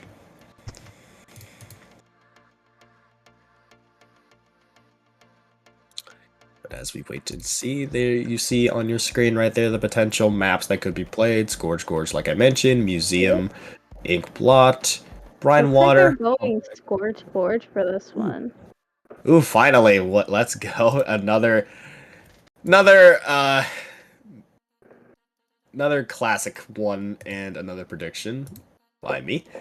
I am 2 for 4. I will take that. But anyways, moving from that, well, this map is popular for a reason. I mean, I love it for Rainmaker. I love it for Clam Blitz. Now, another important factor of this, it feels like this map is a combination of a lot of maps. You have the grates. You have a very centered, very tall elevation midpoint in mid that is very, very vital for both teams to get. Not only that, but it allows you to take space. It allows you to get all the clams in mid and really allows you to build up your pushes. But something that I'm interested in seeing, I'm wondering if we will be seeing any weapons that have bubble, because bubble is such a great special to use, especially on Scourge Gorge. That and trip strikes, because it is really hard to push to the goal without any specials on this map. I think they might put out a bubble, but strikes, they could potentially have it if they really wanted to. Indeed, indeed. This is game 5 here of this set. Let's see what we have in store for us. Same comp coming out from one side, on the other, similar comp. Running back with that hero shot for Anarchist while running the same thing. Let's see who takes this one. Game number 5 in this round 2 of NSE Week 2. Let's see what we will have to start off with.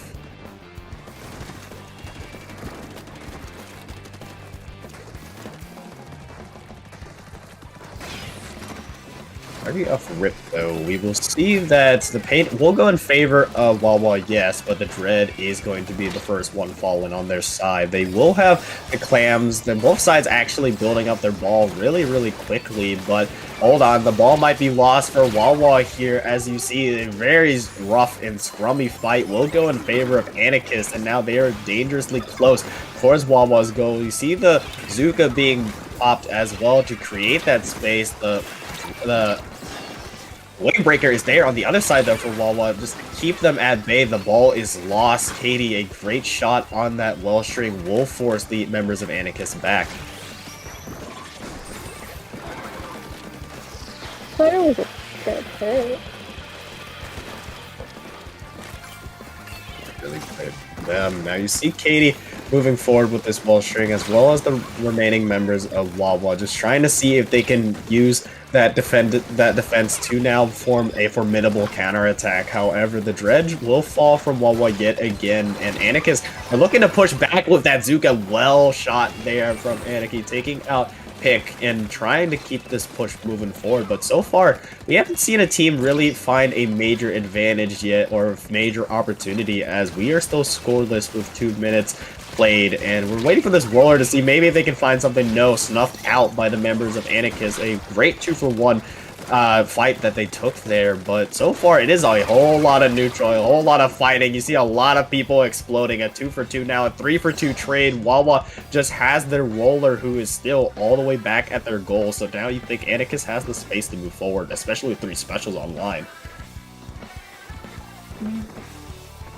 Looks like this has definitely been a really close match, with 3 minutes being dwindled down. It looks like Anarchists are able to pop it. Yeah, but you see Anarchy has the ball. You think they want to go now. Yeah, finally makes its way in there. They're giving me a little bit of a scare there, maybe losing the opportunity. As you see, still more clams to follow. Will lose their life, yes, but still the score is had. That is a major lead in favor of Anarchist, but I know the saying is always the same. It's never over till it's over.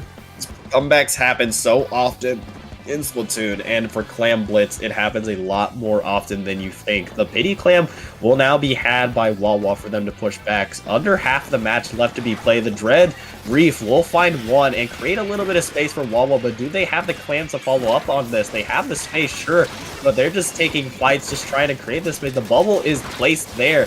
We're waiting to see if there's going to be any follow-up, but no, it looks like Anarchists are able to finally clean them up, so that opportunity was lost. They did have the space, Wawa that is, but quick cleanup from the roller, quick cleanup from, not the roller, quick cleanup from the zap, quick cleanup from the wiper allows them to move back in. You see the Reef managing to find one, managing to find two with his Dread, unfortunately jumps into the path of Rhythm, and that is a 3-down situation for Anarchist, so this is another opportunity for Wawa to move forward. It looks like Wawa might be able to make a push in. That looks like it. They are. They know the clam's going in. Clam's going in. Let's see if they can get this lead back from Anarchist here. Pick unfortunately goes down. 2 players down. This is not the situation you want to be in if you're in on the side of Wawa. 3 players down now. Just Katie left to just jump away. Great defense to hold on to that lead, but Keeley, that Pity Clam, is now given to Anarchist. 45 seconds left. Wawa first needs to start by building up a super clam before they want to even think about overtime, and they need to hold on to it, as this will be their final push here. The final 30 seconds plus overtime. What can you do left with this time, Wawa, to make this comeback? Ooh, that's a nice hit from Katie. Like, indeed, you see the Zuka going out as well. You see the roller as that ball available. I believe used bubble, but it went down in the background there. So now that ball will be picked up by the Dredge. 10 seconds left. You have the Reef Slider to go in with. You need to make use of it. 5 seconds left. You cannot afford to stagger here, but Pick, the captain, goes down. Now you have an opportunity for Anarchist to maybe steal this one, but no. Anarchist does lose their zap, but it is now looking very, very dangerous for Wawa. They need to move in with this Reef Slider. That Reef Slider is quickly taken out. The ball remains on the floor. Time is ticking down. They need to make a move, but that stamp cleans things up. The wiper deleting the entirety of Wawa, and in a little bit of a surprise, the underdog Anarchist take down the reigning champion, the reigning NSE champion, in a very, very close 5-game set. I know I've kind of heard like a controversial pick about like having a weapon with Reef Slider in Clam Blitz due to like when you explode the Reef Slider, you lose the power clam. Yeah, you do have that opportunity, but with high risk comes high reward. It creates so much space. It is kind of like Splashdown in that sense where you kind of use it expecting to get a pick, maybe not, maybe, and then expecting to immediately get traded out afterwards. But really, there was not a lot of time left for Wawa to really dwindle, to really work with. So it was just unfortunate from them because Anarchist, first push, they were able to knock it down to 33, and they did not look back afterwards. They were able to just play keep away during the rest of that, play smart, and force Wawa to push into them, force them to panic a little bit, and that's really what allowed Anarchist to take that one. So GG's to them. They win this set, but in terms of us, I think that will be it from me and Ari. But before we go, Ari, where can the people find you online? I'm sometimes active on Twitter. If I remember, I have the app.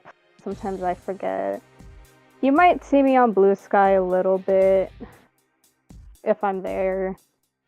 Mostly I'm active on Discord and hell, sometimes I'm even on Instagram, so you might find me there.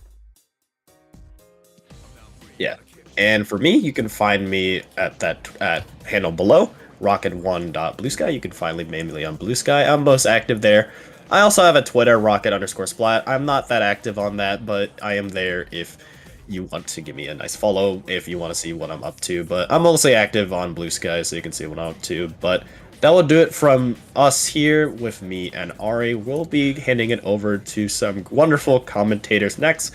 We'll be having Pat and Ezio take the rest of this week. So for now, we will say goodbye for now and see you in a little bit for round 3. So see you then. Mm-hmm.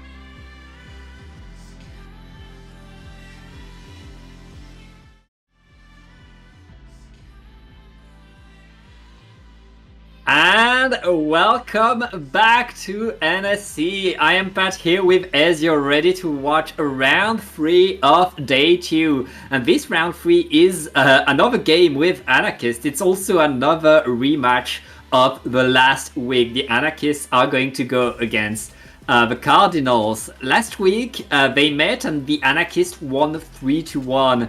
But this is two monster teams. This is one of our biggest rivalry in the scene, Ezio. It's going to be a pretty cool game to watch.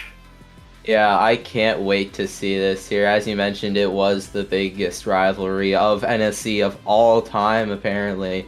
I'm not the most knowledgeable, but if that's the set I'm starting off with, I am excited, Pat.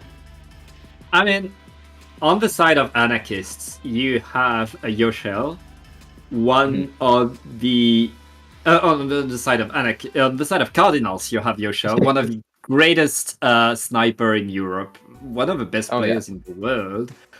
The Anarchists, they have Snipes, which is also one of the best players in Europe. We have two of the best players in this tournament who are in these two teams, ready to fight, ready to face each other, both under an alias to go unnoticed. Mesmerizer is Snipes, and I believe Luma is Yoshel. Yep, and we are starting off on Turf War Mahi Mahi Resort here.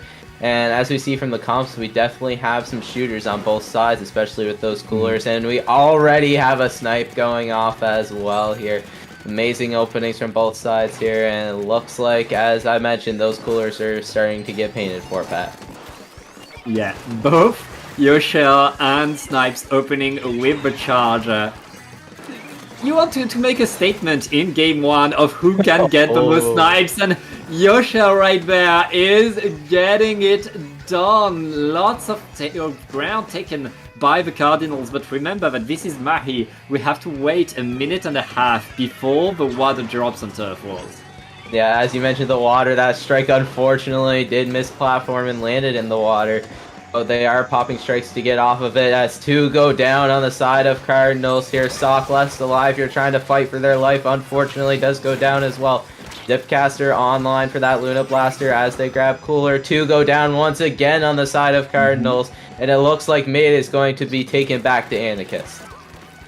Yeah, Anarchist holding that mid right there. Having some control over mid is so important in this map, especially since in 10 seconds there will be lots of things to paint around mid. And like right now, the Anarchists are holding pretty strong. Yeah, and the water level is now dropping, Pat. Hammer being popped on the side of Anarchists. Does get a pick. Does get 3. That is 3 down on the side of Cardinals here. Sock less alive here, trying to live. Goes down to grab that cooler, actually.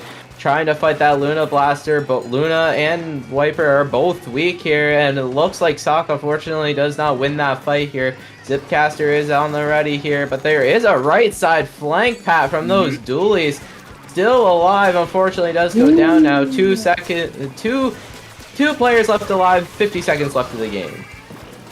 Yeah, the Southern Cardinals are in trouble right there as the Anarchists are holding, but as I say that, a few good snipes are going to allow the Cardinals to get back onto mid for another fight.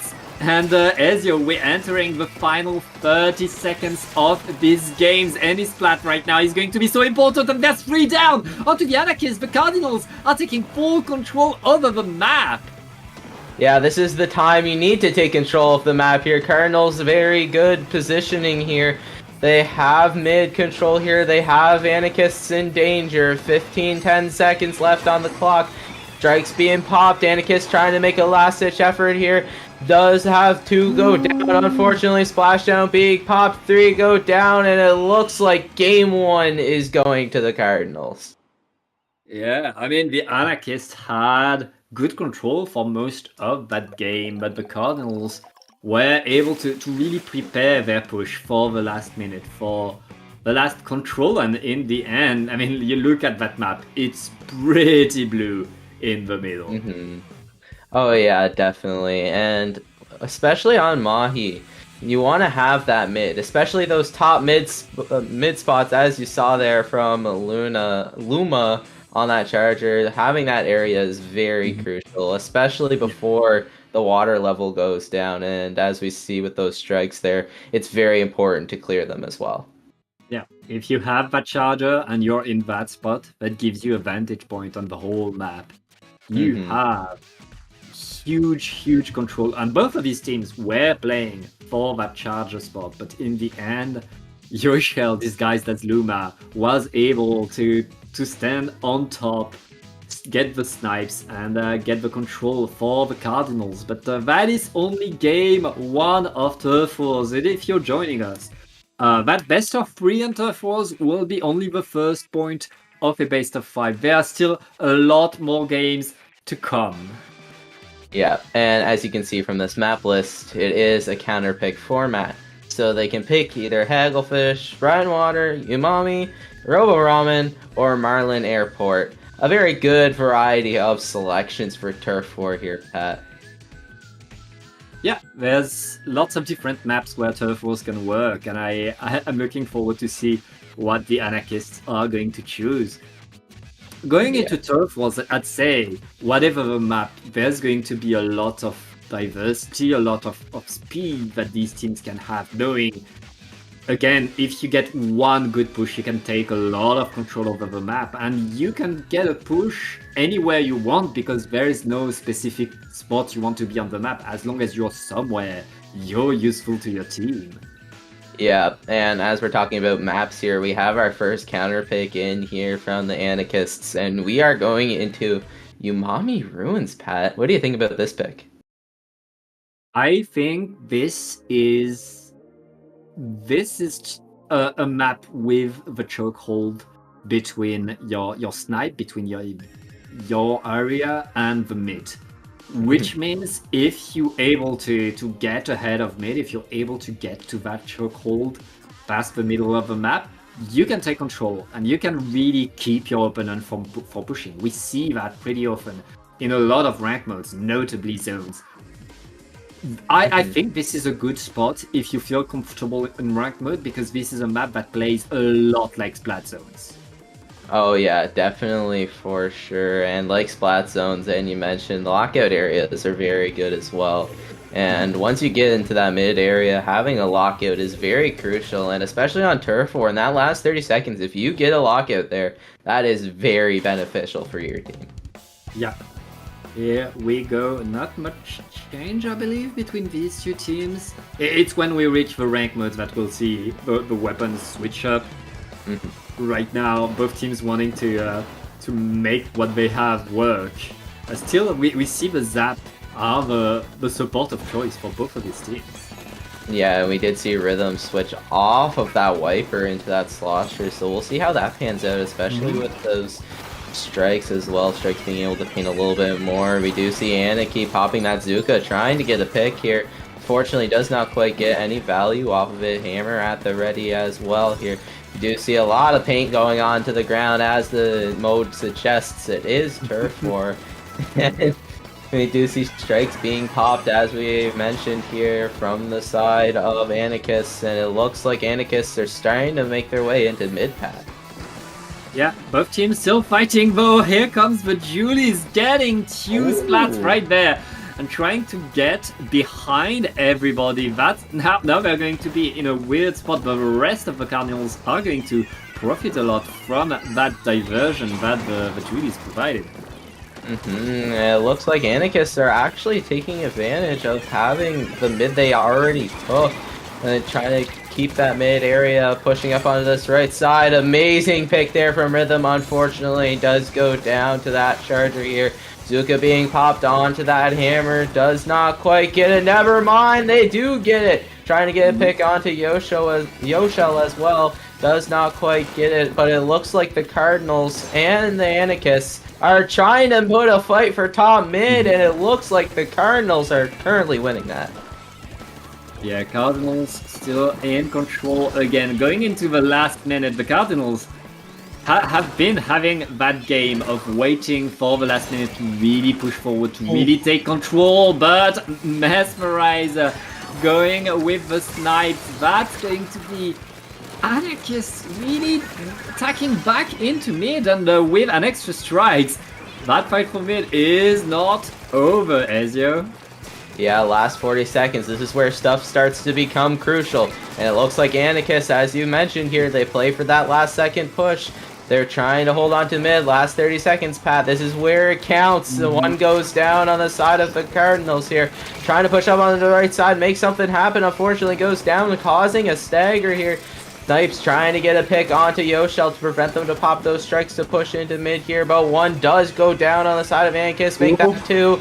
15 seconds left on the clock, 10 seconds left on the clock. Cardinals are making a last-ditch effort push here. Strikes being popped. They're trying to get some paint onto that middle area where we mentioned here. 2 seconds left on the clock, just trying to put any paint possible, and I don't know who win that, Pat. I mean, that is a close game, but in the end, by just a few points, Snipes gets it. I mean, they were ahead. They stayed on top of mid, and the Anarchists were pushing in. Well, the Cardinals were pushing in, but in the end, were not able to really get control over mid. Yeah, and Anarchists are forcing it to a game 3 just to get their first point here. And that's what you really like to see, especially with a rivalry like this. You want to see these close games, and especially that last 10 seconds, you could tell they were fighting. Mm-hmm. Yeah, for sure. There's a lot here to show between these two teams. As you said, big rivalry. Every push, every fight is going to be contested. Of course, we're going to a game 3 for Turf Wars. I mean, as we've seen, it could go either way. Both of these teams have shown speed, coordination, mechanical skill, and incredible aim. So anything could really happen, as these two teams are going to decide who gets the Turf Wars point. Yeah, and that is correct here. And as we mentioned before, this is counter picks. So this is going to be the first time the Cardinals are going to be able to make a counter pick in this set. And as we're talking about counter picks, I think we got our first counter pick in here, and we are going to Robo Ramen.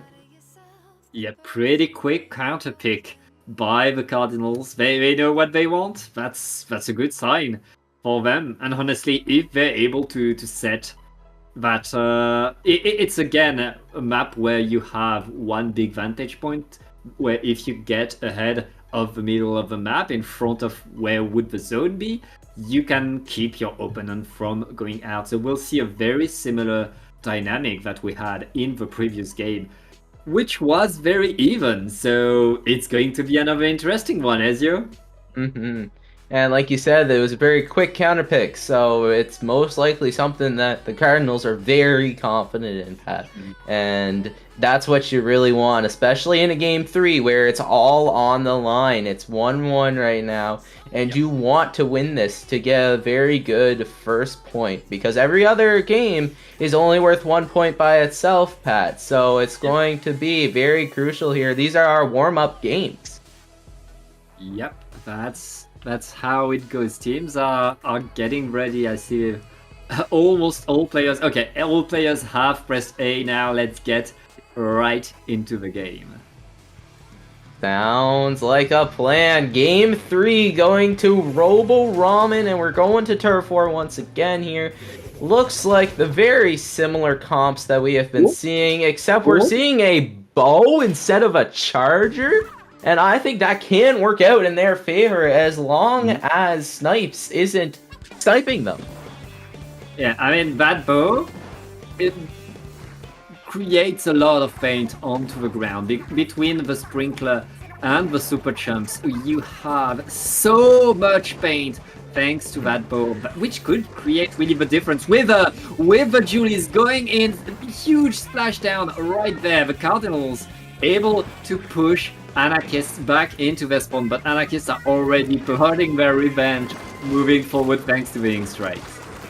Yeah, as you mentioned, ink strikes are now being popped here. They're going to try and push back into mid. And I want to circle back to the chumps thing. Chumps can actually paint in the last 10 seconds of the game, not allowing you to shoot them. So it's going to be an amazing last-ditch effort that I hope we get to see. Yeah, that's a good point, actually. The Cardinals right now are pushed away. The Anarchists in control of mid, who are trying to maintain that control, and with the splat onto the Viper, I guess the Anarchist will be a bit easy, but the Julie's getting in, getting a few splats, and forcing the Anarchist to move back, but there's nobody to follow through on that push. Yeah, strikes being popped to try and push to that elbow. This elbow is very crucial if you want to hold on to space here. This is the gateway to their spawn here, as two go down on the side of the Cardinals here. Chumps being popped as well. Wither sharking, looking to try and get a pick. They do back up, unfortunately, for Wither, but they back up into Chumps, and two go down to those Chumps. Amazing double chump kill. I don't think I've ever seen that, Pat. Yeah, that's incredible. Right now, the Cardinals and the Anarchists are still fighting for mid, but it looks like the Anarchists still have a bit more control right there. Cardinals again trying to fight a way in, but with two players down, the Anarchists are going to get a bit more control. Yeah, 45 seconds left on the clock, Pat. This is where we want to start making our big plays here. Charge our specials. Get ready for those last 30 seconds. Zuka being popped on the side of the Anarchist, trying to get stock out of that elbow. There's still 30 seconds left on the clock. This is where we start to get our specials on the move on here, Pat. It looks like we have that strike online for the side of Anarchists, and Anarchists are just holding on to mid like they have in this entire game. But the Cardinals making a last-ditch effort as they've been known for.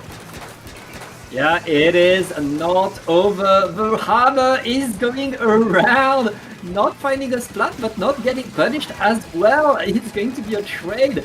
And right now, both teams are running for trying to get control over mid. It looks like the Anarchists have control over the center of the map, but what about the side?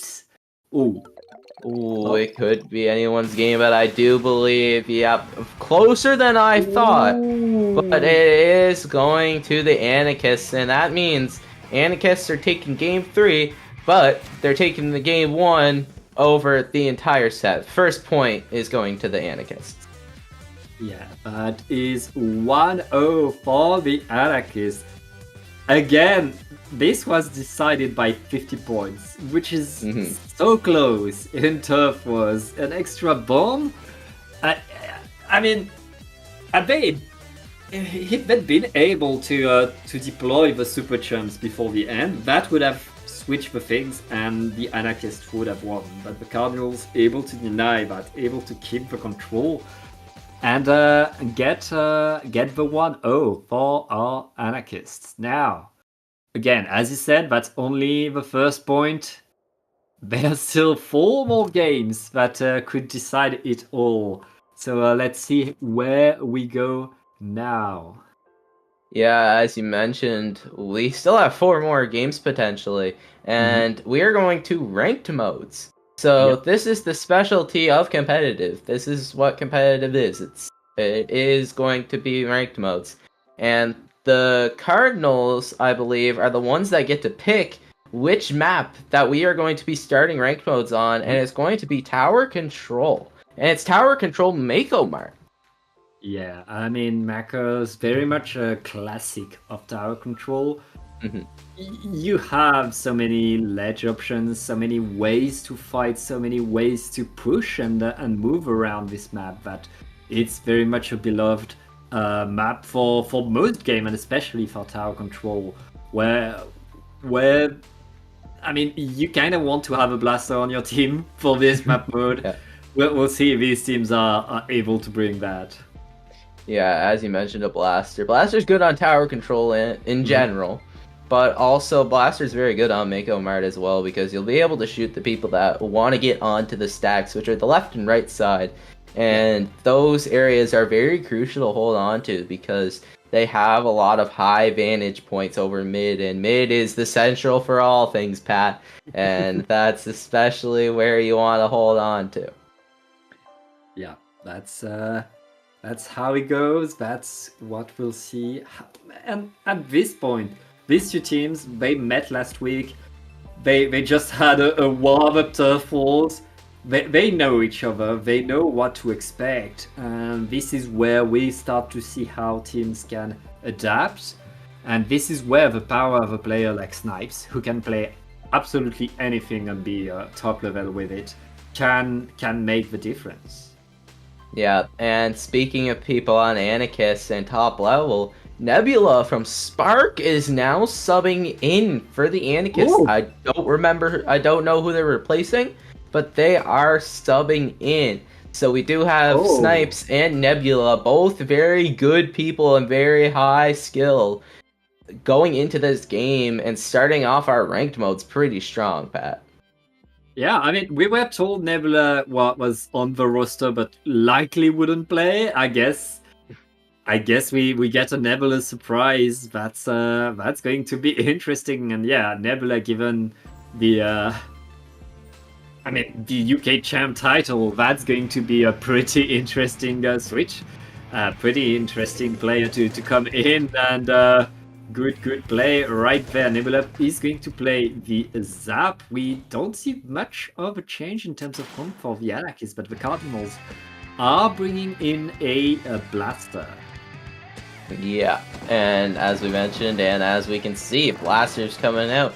Blaster is actually flanking on this right side with no aim. They aren't going to be able to notice them. As 2 go down, 3 go down on the Anarchist here, 4 go down on the Anarchist, and it looks like the Cardinals are going to do an amazing job winning that opening and already get past the first checkpoint and want more points, Pat. I mean, getting the checkpoint for free in the first 30 seconds has to feel pretty good right there. Here comes the answer by the Anarchists. Cardinals, they got their checkpoint. Now the Anarchists are back onto the map. Let's see how the fight goes, but it looks like this time Anarchists are taking some control.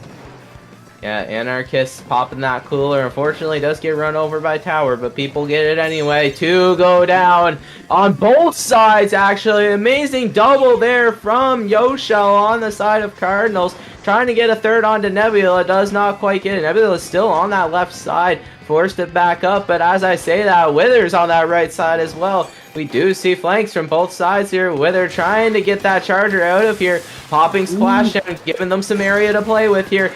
Gets up to the charger. Gets 2!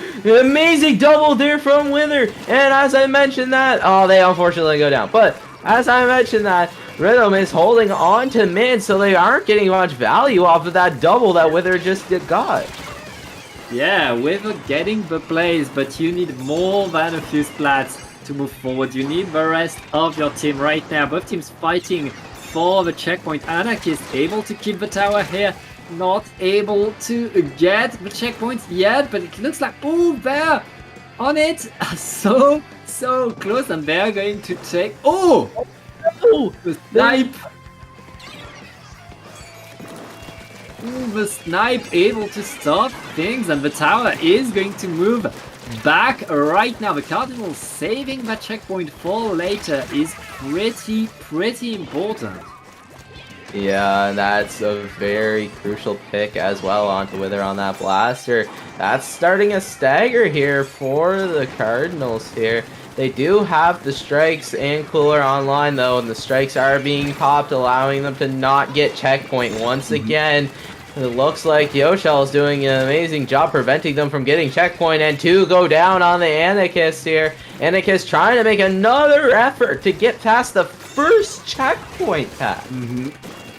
Yeah, I mean, that checkpoint can be pretty tough to crack if a team like the Cardinals is defending, and given the iron defense that they've had so far, it's pretty tough for the Anarchists, but they're back forward with the tower, trying to get in Suck with the Wiper, getting some attention and able to deny a little bit. Nebula forced away. The Cardinals are delaying that checkpoint again and again, Ezio.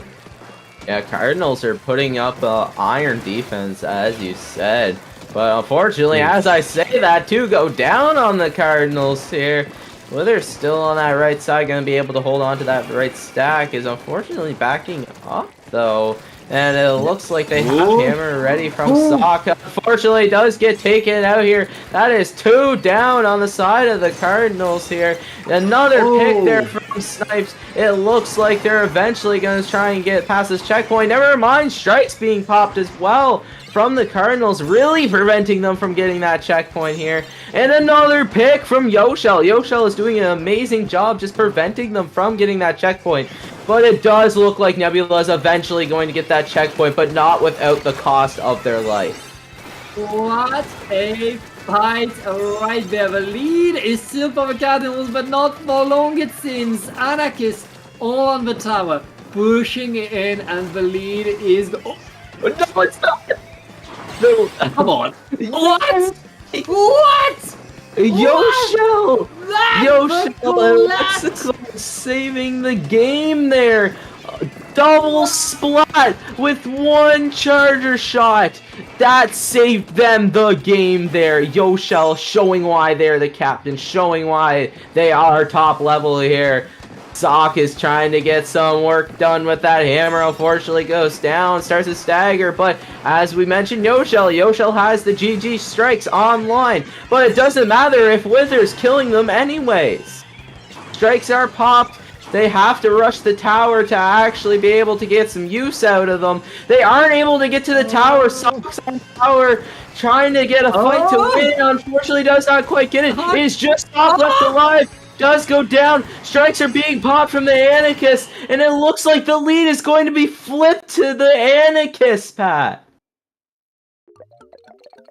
What a move right there, and what a comeback. It was so close for so long, but in the end, it's really the Anarchist being able to maintain their composure, being able to keep control of the tower, keep control of the game, and push their way forward. The Wiper was on the tower for so long, was fighting them, but they were able to simply stand there to keep control. What a comeback by the Anarchist, who are now up 2-0. I am in disbelief, Pat. That was insanity. That was well played from both sides. Like, look at this. Crucial snipe. And then Lexical, I can't speak, Lexical gets on the tower to save the game as well.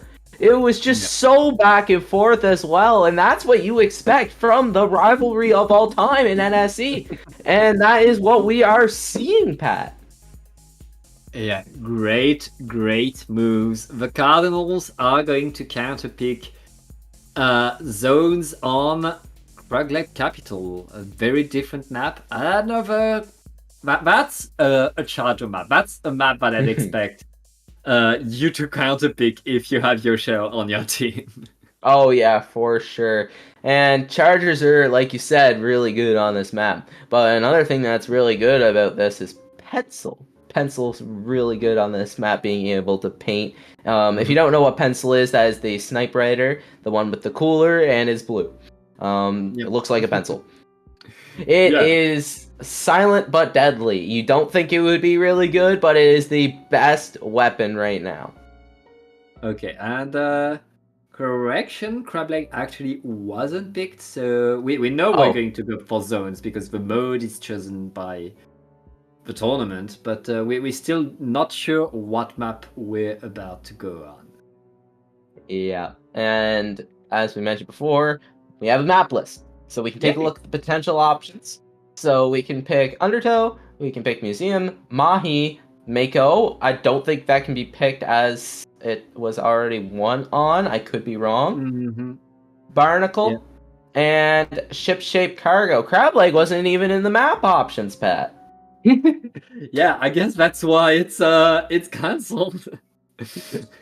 Yeah, they can't pick what ain't there. So they might have been looking at the Rainmaker or Clan Blitz because those are the other two modes we still haven't seen. So we will hopefully have our map selection here soon, and it looks like it's going to be a ship-shaped cargo and co. If you can't pick crab leg, pick the other one. Yeah, hey, these two maps arrived in the game at the same time. It's easy to confuse them. Yep. And especially when they're right next to each other on the map list as well. I know someone like me, that's hard to, figure out and differentiate which one's which. So, but we are starting to get ready up onto this map. And what do you think is very crucial about this map, Pat? I think on this map, the fact that there's this bridge above the zone that allows you to really get a lot of control. That bridge really decides how you play. The fact that it's really above the zone allows you to stay there, but you're kind of in danger if strikes are deployed or other specials that can benefit from that. But then between that bridge and the opponent's platform, the opponent's spawn, there's this wide open area, which is very hard to traverse. And that open area can really define how teams are going to push, because usually you want to wait on your platform before you push. So pushes can be very, very long as you have to traverse a longer distance than usually in a push, as you want to do a lot. And here comes the elite, speaking of distance. Meanwhile, the Cardinals are forgetting the charger altogether, as Luma Yoshal is bringing the Nautilus. Yeah, Nautilus does get heavy countered by chargers here, so we'll have to see how that plays out. And this is game 3. So Anarchist could win the set right here, but the Cardinals do not want that to happen, as Yoshel is playing super aggressive onto that top left, not wanting to get any space for the Anarchist. Unfortunately, does go down here, starting to make the Anarchist take space here. Zuka is online, same with Strikes. Withers on that right side, popping that wave breaker, trying to play off of it. Strikes being popped from the Anarchists, forcing them to back up here. But they do get a trade. That's a good trade onto that zap here. And it looks like the Cardinals are going to try to start make their way in here with that storm being popped from Yoshel. Yeah, here comes Suzuka, not finding. Oh, yes, finding a very nice shot right there. And that's the Anarchists taking a bit more control. They don't have any penalty right now. They're still scoring good points, as the Cardinals are struggling to get control over the zone, Ezio. But as you say that, 2 of the Anarchists go down, and that's 3-0. And it looks like the Cardinals are going to try to make their way into zone, and they do get that lead flip there. Very good job there from the Cardinals. Have the hammer online to play some aggressive plays here. And it looks like the Cardinals are opting to play it a little bit safe, which is smart when you want to be holding on to zone to get some points. You see Yoshel on that top left trying to get some picks, does not quite get any. 2 go down on the side of the Cardinals. The Zuka is ready. They might try to get some aggressive plays with it. Does not need it. Sock goes down to a bomb. Very unfortunate there. Luma's on that right side. Does go down to that Charger. As we mentioned previously, Charger very good into that Nautilus here. And it is really showing. Yeah, the Anarchists again. Up 2 players. Make that 3. Full control. No penalty. This is very tired for the Cardinals. Who need to push in. This is their last shot. Yeah, and we do see Snipes does not want that to happen. Playing aggressive, trying to get some picks onto those dualies. Does not quite get the pick onto the dualies. 10 seconds left onto the clock here. Storm being popped in a last-ditch effort here. One goes down on both sides. They're going for a fight for that zone. Snipes is trying to get a pick to let them get some more leeway here. Zone does get flipped to the side of the Cardinals, allowing them to play it a bit more safe and being able to get a second chance. A little bit of time for the Cardinals, but there's only 2 minutes left into the game, and the Cardinals need more than applying penalty. They need good points right now with 2 players down. onto the Anarchists. This is their opportunity to get ahead of the zone. That's exactly what they're doing. Thanks to the raid, they should be able to take some space. Now, can they keep the Anarchists from pushing? Yep, Cardinals doing an amazing job taking space where it's needed, but Anarchist looks like they want to start making a push back in. Popping that cooler, have strikes, and the Wavebreaker online. Ooh. But two go down there from Yoshel on that Nautilus. And Snipes trying to get a snipe. Huge pick there from Snipes. Trying to get a second one, but they just really want that zone. Strikes being popped. Sock popping that hammer. Does get a pick. Does get two. That's two down on the side of the Anarchist. Nebula still top right. Does get forced to jump out though. And the Cardinals are going to be able to take zone once again. Minute left. Yeah, penalty isn't that high, Ezio. The Cardinals have the time to get back into the game to maybe get the lead, but the Anarchists have bought themselves some time. They can get another lead. Nebula popping up the cooler. We're going to see action right now as everybody is collapsing onto the zone. No more penalty. The strikes are coming in. A lot of paint going onto the zone. Can the Cardinals keep the zone right there? Lexical with the zap, painting as much as they can. They're able to keep the zone, Ezio. Yeah, Yoshel does get a crucial 2 picks, but Nebula gets another crucial pick. Ooh. There's 2 down on the side of the Cardinals, but they do get the lead flip. They're looking to hold on. They can't hold on here. 1 take left. They are fighting for that zone. 2 go down to this. 3 go down to the Zuka. And the Anarchists are getting 1 more shot in overtime, Pat. Yeah. Yoshel right there going down with a trade. The Anarchists only need to hold the zone for 35 more ticks. That's not much time, but the Cardinals are ready to push right now. They have a few special ready. Can they use them well and get in? Yeah, Cooler's being popped in with Hammer and Wavebreaker. And instantly flipped to the Cardinals' favor, preventing a sweep from happening, and game number 3 going to the Cardinals. Yep, the Cardinals are alive. They dodged a bullet, Ezio. That was very, very close. Yeah, that was an amazing job there from the Cardinals. They were in a very unfortunate situation for most of that game, but once they were able to get in, they were able to stay in, Pat, and they were doing an amazing job there, getting some picks where it was needed, and overall, amazing job from both sides, and it just looked like the Cardinals did an amazing job holding on to space that they already had. Yeah, indeed, there was really a lot of play around control, but in the end, the Cardinals being able to go faster, to not rely on a backline to maintain the precision, that allowed them to really go forward when they needed to. And they needed to go forward several times in this game, but they were able to do exactly that. And to take control of the game. Yep, as you mentioned, they were able to take control of the game, but I want to highlight Snipes there. Snipes was sniping them. Like, they were getting very crucial picks where it was needed.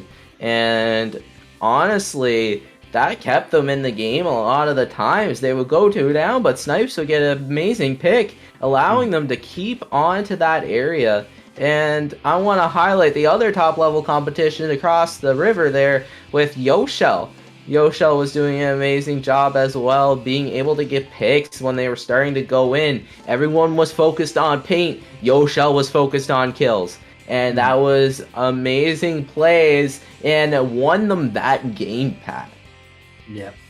Yeah, as I said, Yoshel really on the hunt throughout that game to really take more and more, to force constantly Anarchists to have one player down, to think again how to coordinate, how to do things. And that allowed the Cardinals to put 1 point on the board. Now, 1 point on the board is not enough, Ezio. You need 3 points, and the Anarchists, they only need 1 more, and they're going on their own counter pick now. Yeah, the Anarchists have a little bit more leeway, which is all that you want, especially when you have a counter pick And the counter pick looks like it's going to be Rainmaker on the infamous map mode for close games, Humpback Pump Track. Yeah, Humpback. Very much a Rainmaker classic. You have such speed. This is a fight heavy map where you're constantly fighting to keep going forward. Lots of bombs are going to come, and I wouldn't be surprised to see another change in backline on both teams, honestly. Yeah, especially when it's Rainmaker, where Rainmaker is a very, very fast-paced and aggressive type of mode here. And as you mentioned, bomb spam. Once you get the lead and you get past the first checkpoint, you can just bomb spam that elbow area, kind of force them to go to the right side, which is a very unfavorable position, or brute forcing it past all those bombs. So bombs are very, very beneficial for this map mode, Pat. Yeah, very much. I'm bad at directions. Camera is not mirrored. I should do that. But well, the Cardinals still need to get the comeback right there. Anarchists, if they pick this map, I expect them to bring the weapons that are good with ledges. I expect maybe we see a slosher or two. We'll see. Yeah, we did see some sloshers there from the side of anarchists, and that rhythm slosher was proving to be very useful, and we're going to be seeing it again, and we're going to see Snipes switching off of a sniper and going into a well string. Not very unusual, especially for Rainmaker, but what is unusual is a vanilla charger.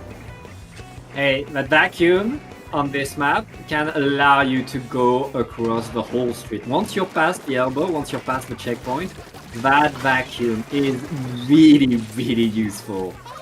Yeah, it also allows you to clear out those bombs, as we mentioned here. Oh, yeah. But it looks like Pop is going to Anarchist's favor here. And it looks like Rhythm, the slosher we just so mentioned, is taking that elbow area. But 2 go down, 3 go down on the side of the Anarchist here. It is just Rhythm left alive on that slosher, forced to jump out here. But Zuka is ready for the Anarchist, so it will be a good area to hold on to. But it doesn't. If you are dead with her popping splashdown, getting a pick onto that shot, it looks like 2 are going down on the side of the Anarchist, but the pop is going to Anarchist's favor, and it looks like first check is down for the Cardinals. Hey, first check, the Cardinals are moving back into mid. They're not even trying to contest the Rainmaker pop. They got what they wanted. Now they know that their next push could be very good, but with 2 players down, it's back to the Anarchists' turn. They're gonna grab that Rainmaker, and they're already moving towards that checkpoint. Yeah, Hammer is ready for the Anarchists, so they can get that quick pop once again. But the Hammer is also ready for the Cardinals. Cardinals on this right side, Sock here, having that Hammer online, providing a lot of distraction to be able to push up onto that left side with that Zach that was popped from Yoshel. Fortunately, does not get value, but the Charger gets value. 2 go down on the side of the Anarchists. And it looks like the Cardinals are going to be able to take mid, but unfortunately go down to bombs. Zuka's also being popped as well, and it looks like Anarchists are going to be able to hold on to mid with a very crucial pick there from Anaki. Yeah, the fight is still contested, but remember, Ezio, the Cardinals have the checkpoint, the Anarchists don't, and that's a big difference. So, preparing the fight, trying to get in. Here comes the strikes again. The Anarchists are going to grab the Rainmaker again and are so close to that checkpoint. Are they able to get on it? Yes, they can. And now here comes the fight for the street. Yeah, and as you see, 4 are up. Never mind, 3 are up. 2 down on the side of the Cardinals here. This looks like the area where they want to push into Lexical, trying to get the pick onto the Rainmaker. Does not quite get it. 30 remaining there on the side of the Anarchists, and 3 are down on the side of the Cardinals. Very quick pop is available because of that well string here, and they're just going to try and get some more points onto the board.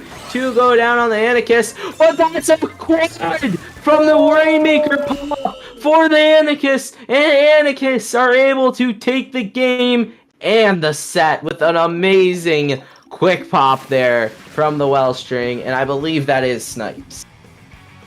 Yeah, that's going to be a 3-1 victory for the Anarchists. Incredible gameplay that both of these teams gave us, but in the end, one team has to go on top, and today the Anarchists were fighting hard, moving fast, and they're winning the set, and I believe they won all of their sets today.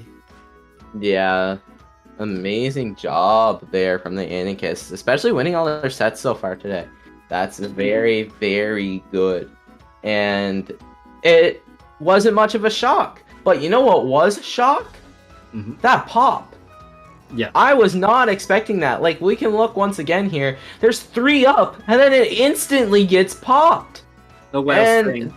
The Wellstring just has crazy AoE, and we're able to capitalize off of it, know how to play around it, and game 4 and the set is going to the Anakin. Yeah, the object damage on the Wellstring is so powerful. You can't underestimate it, and in Rainmaker you must never forget it, because this is what happens with a Wellstring next to the shield. Well, GG's, congratulations to the Anarchists for this victory, and Ezio, I believe that means it's time for us two to say goodbye. Yeah, that I do believe that is time for us to say goodbye here. Yeah, both teams fought really well and hard, and congrats to both teams. Yeah. And before we go, Ezio, where can I find you on the internet? Can you plug yourself? You can find me on the internet at Ezio SPO for Blue Sky and YouTube, and you can find me on Twitter at Ezio_SPL. But Pat, where can the people find you? You can find me on Blue Sky, mostly at Padjay Autumn. It's written right here, just to get it in there. And that's pretty much it. I like to give a special thanks to our wonderful observer, Joe Ryan, who's always the best and absolutely awesome as a person. And yeah, thank you to Spore and NSE and of course Apple Productions for having us. And we'll see you in the next one. Goodbye, guys!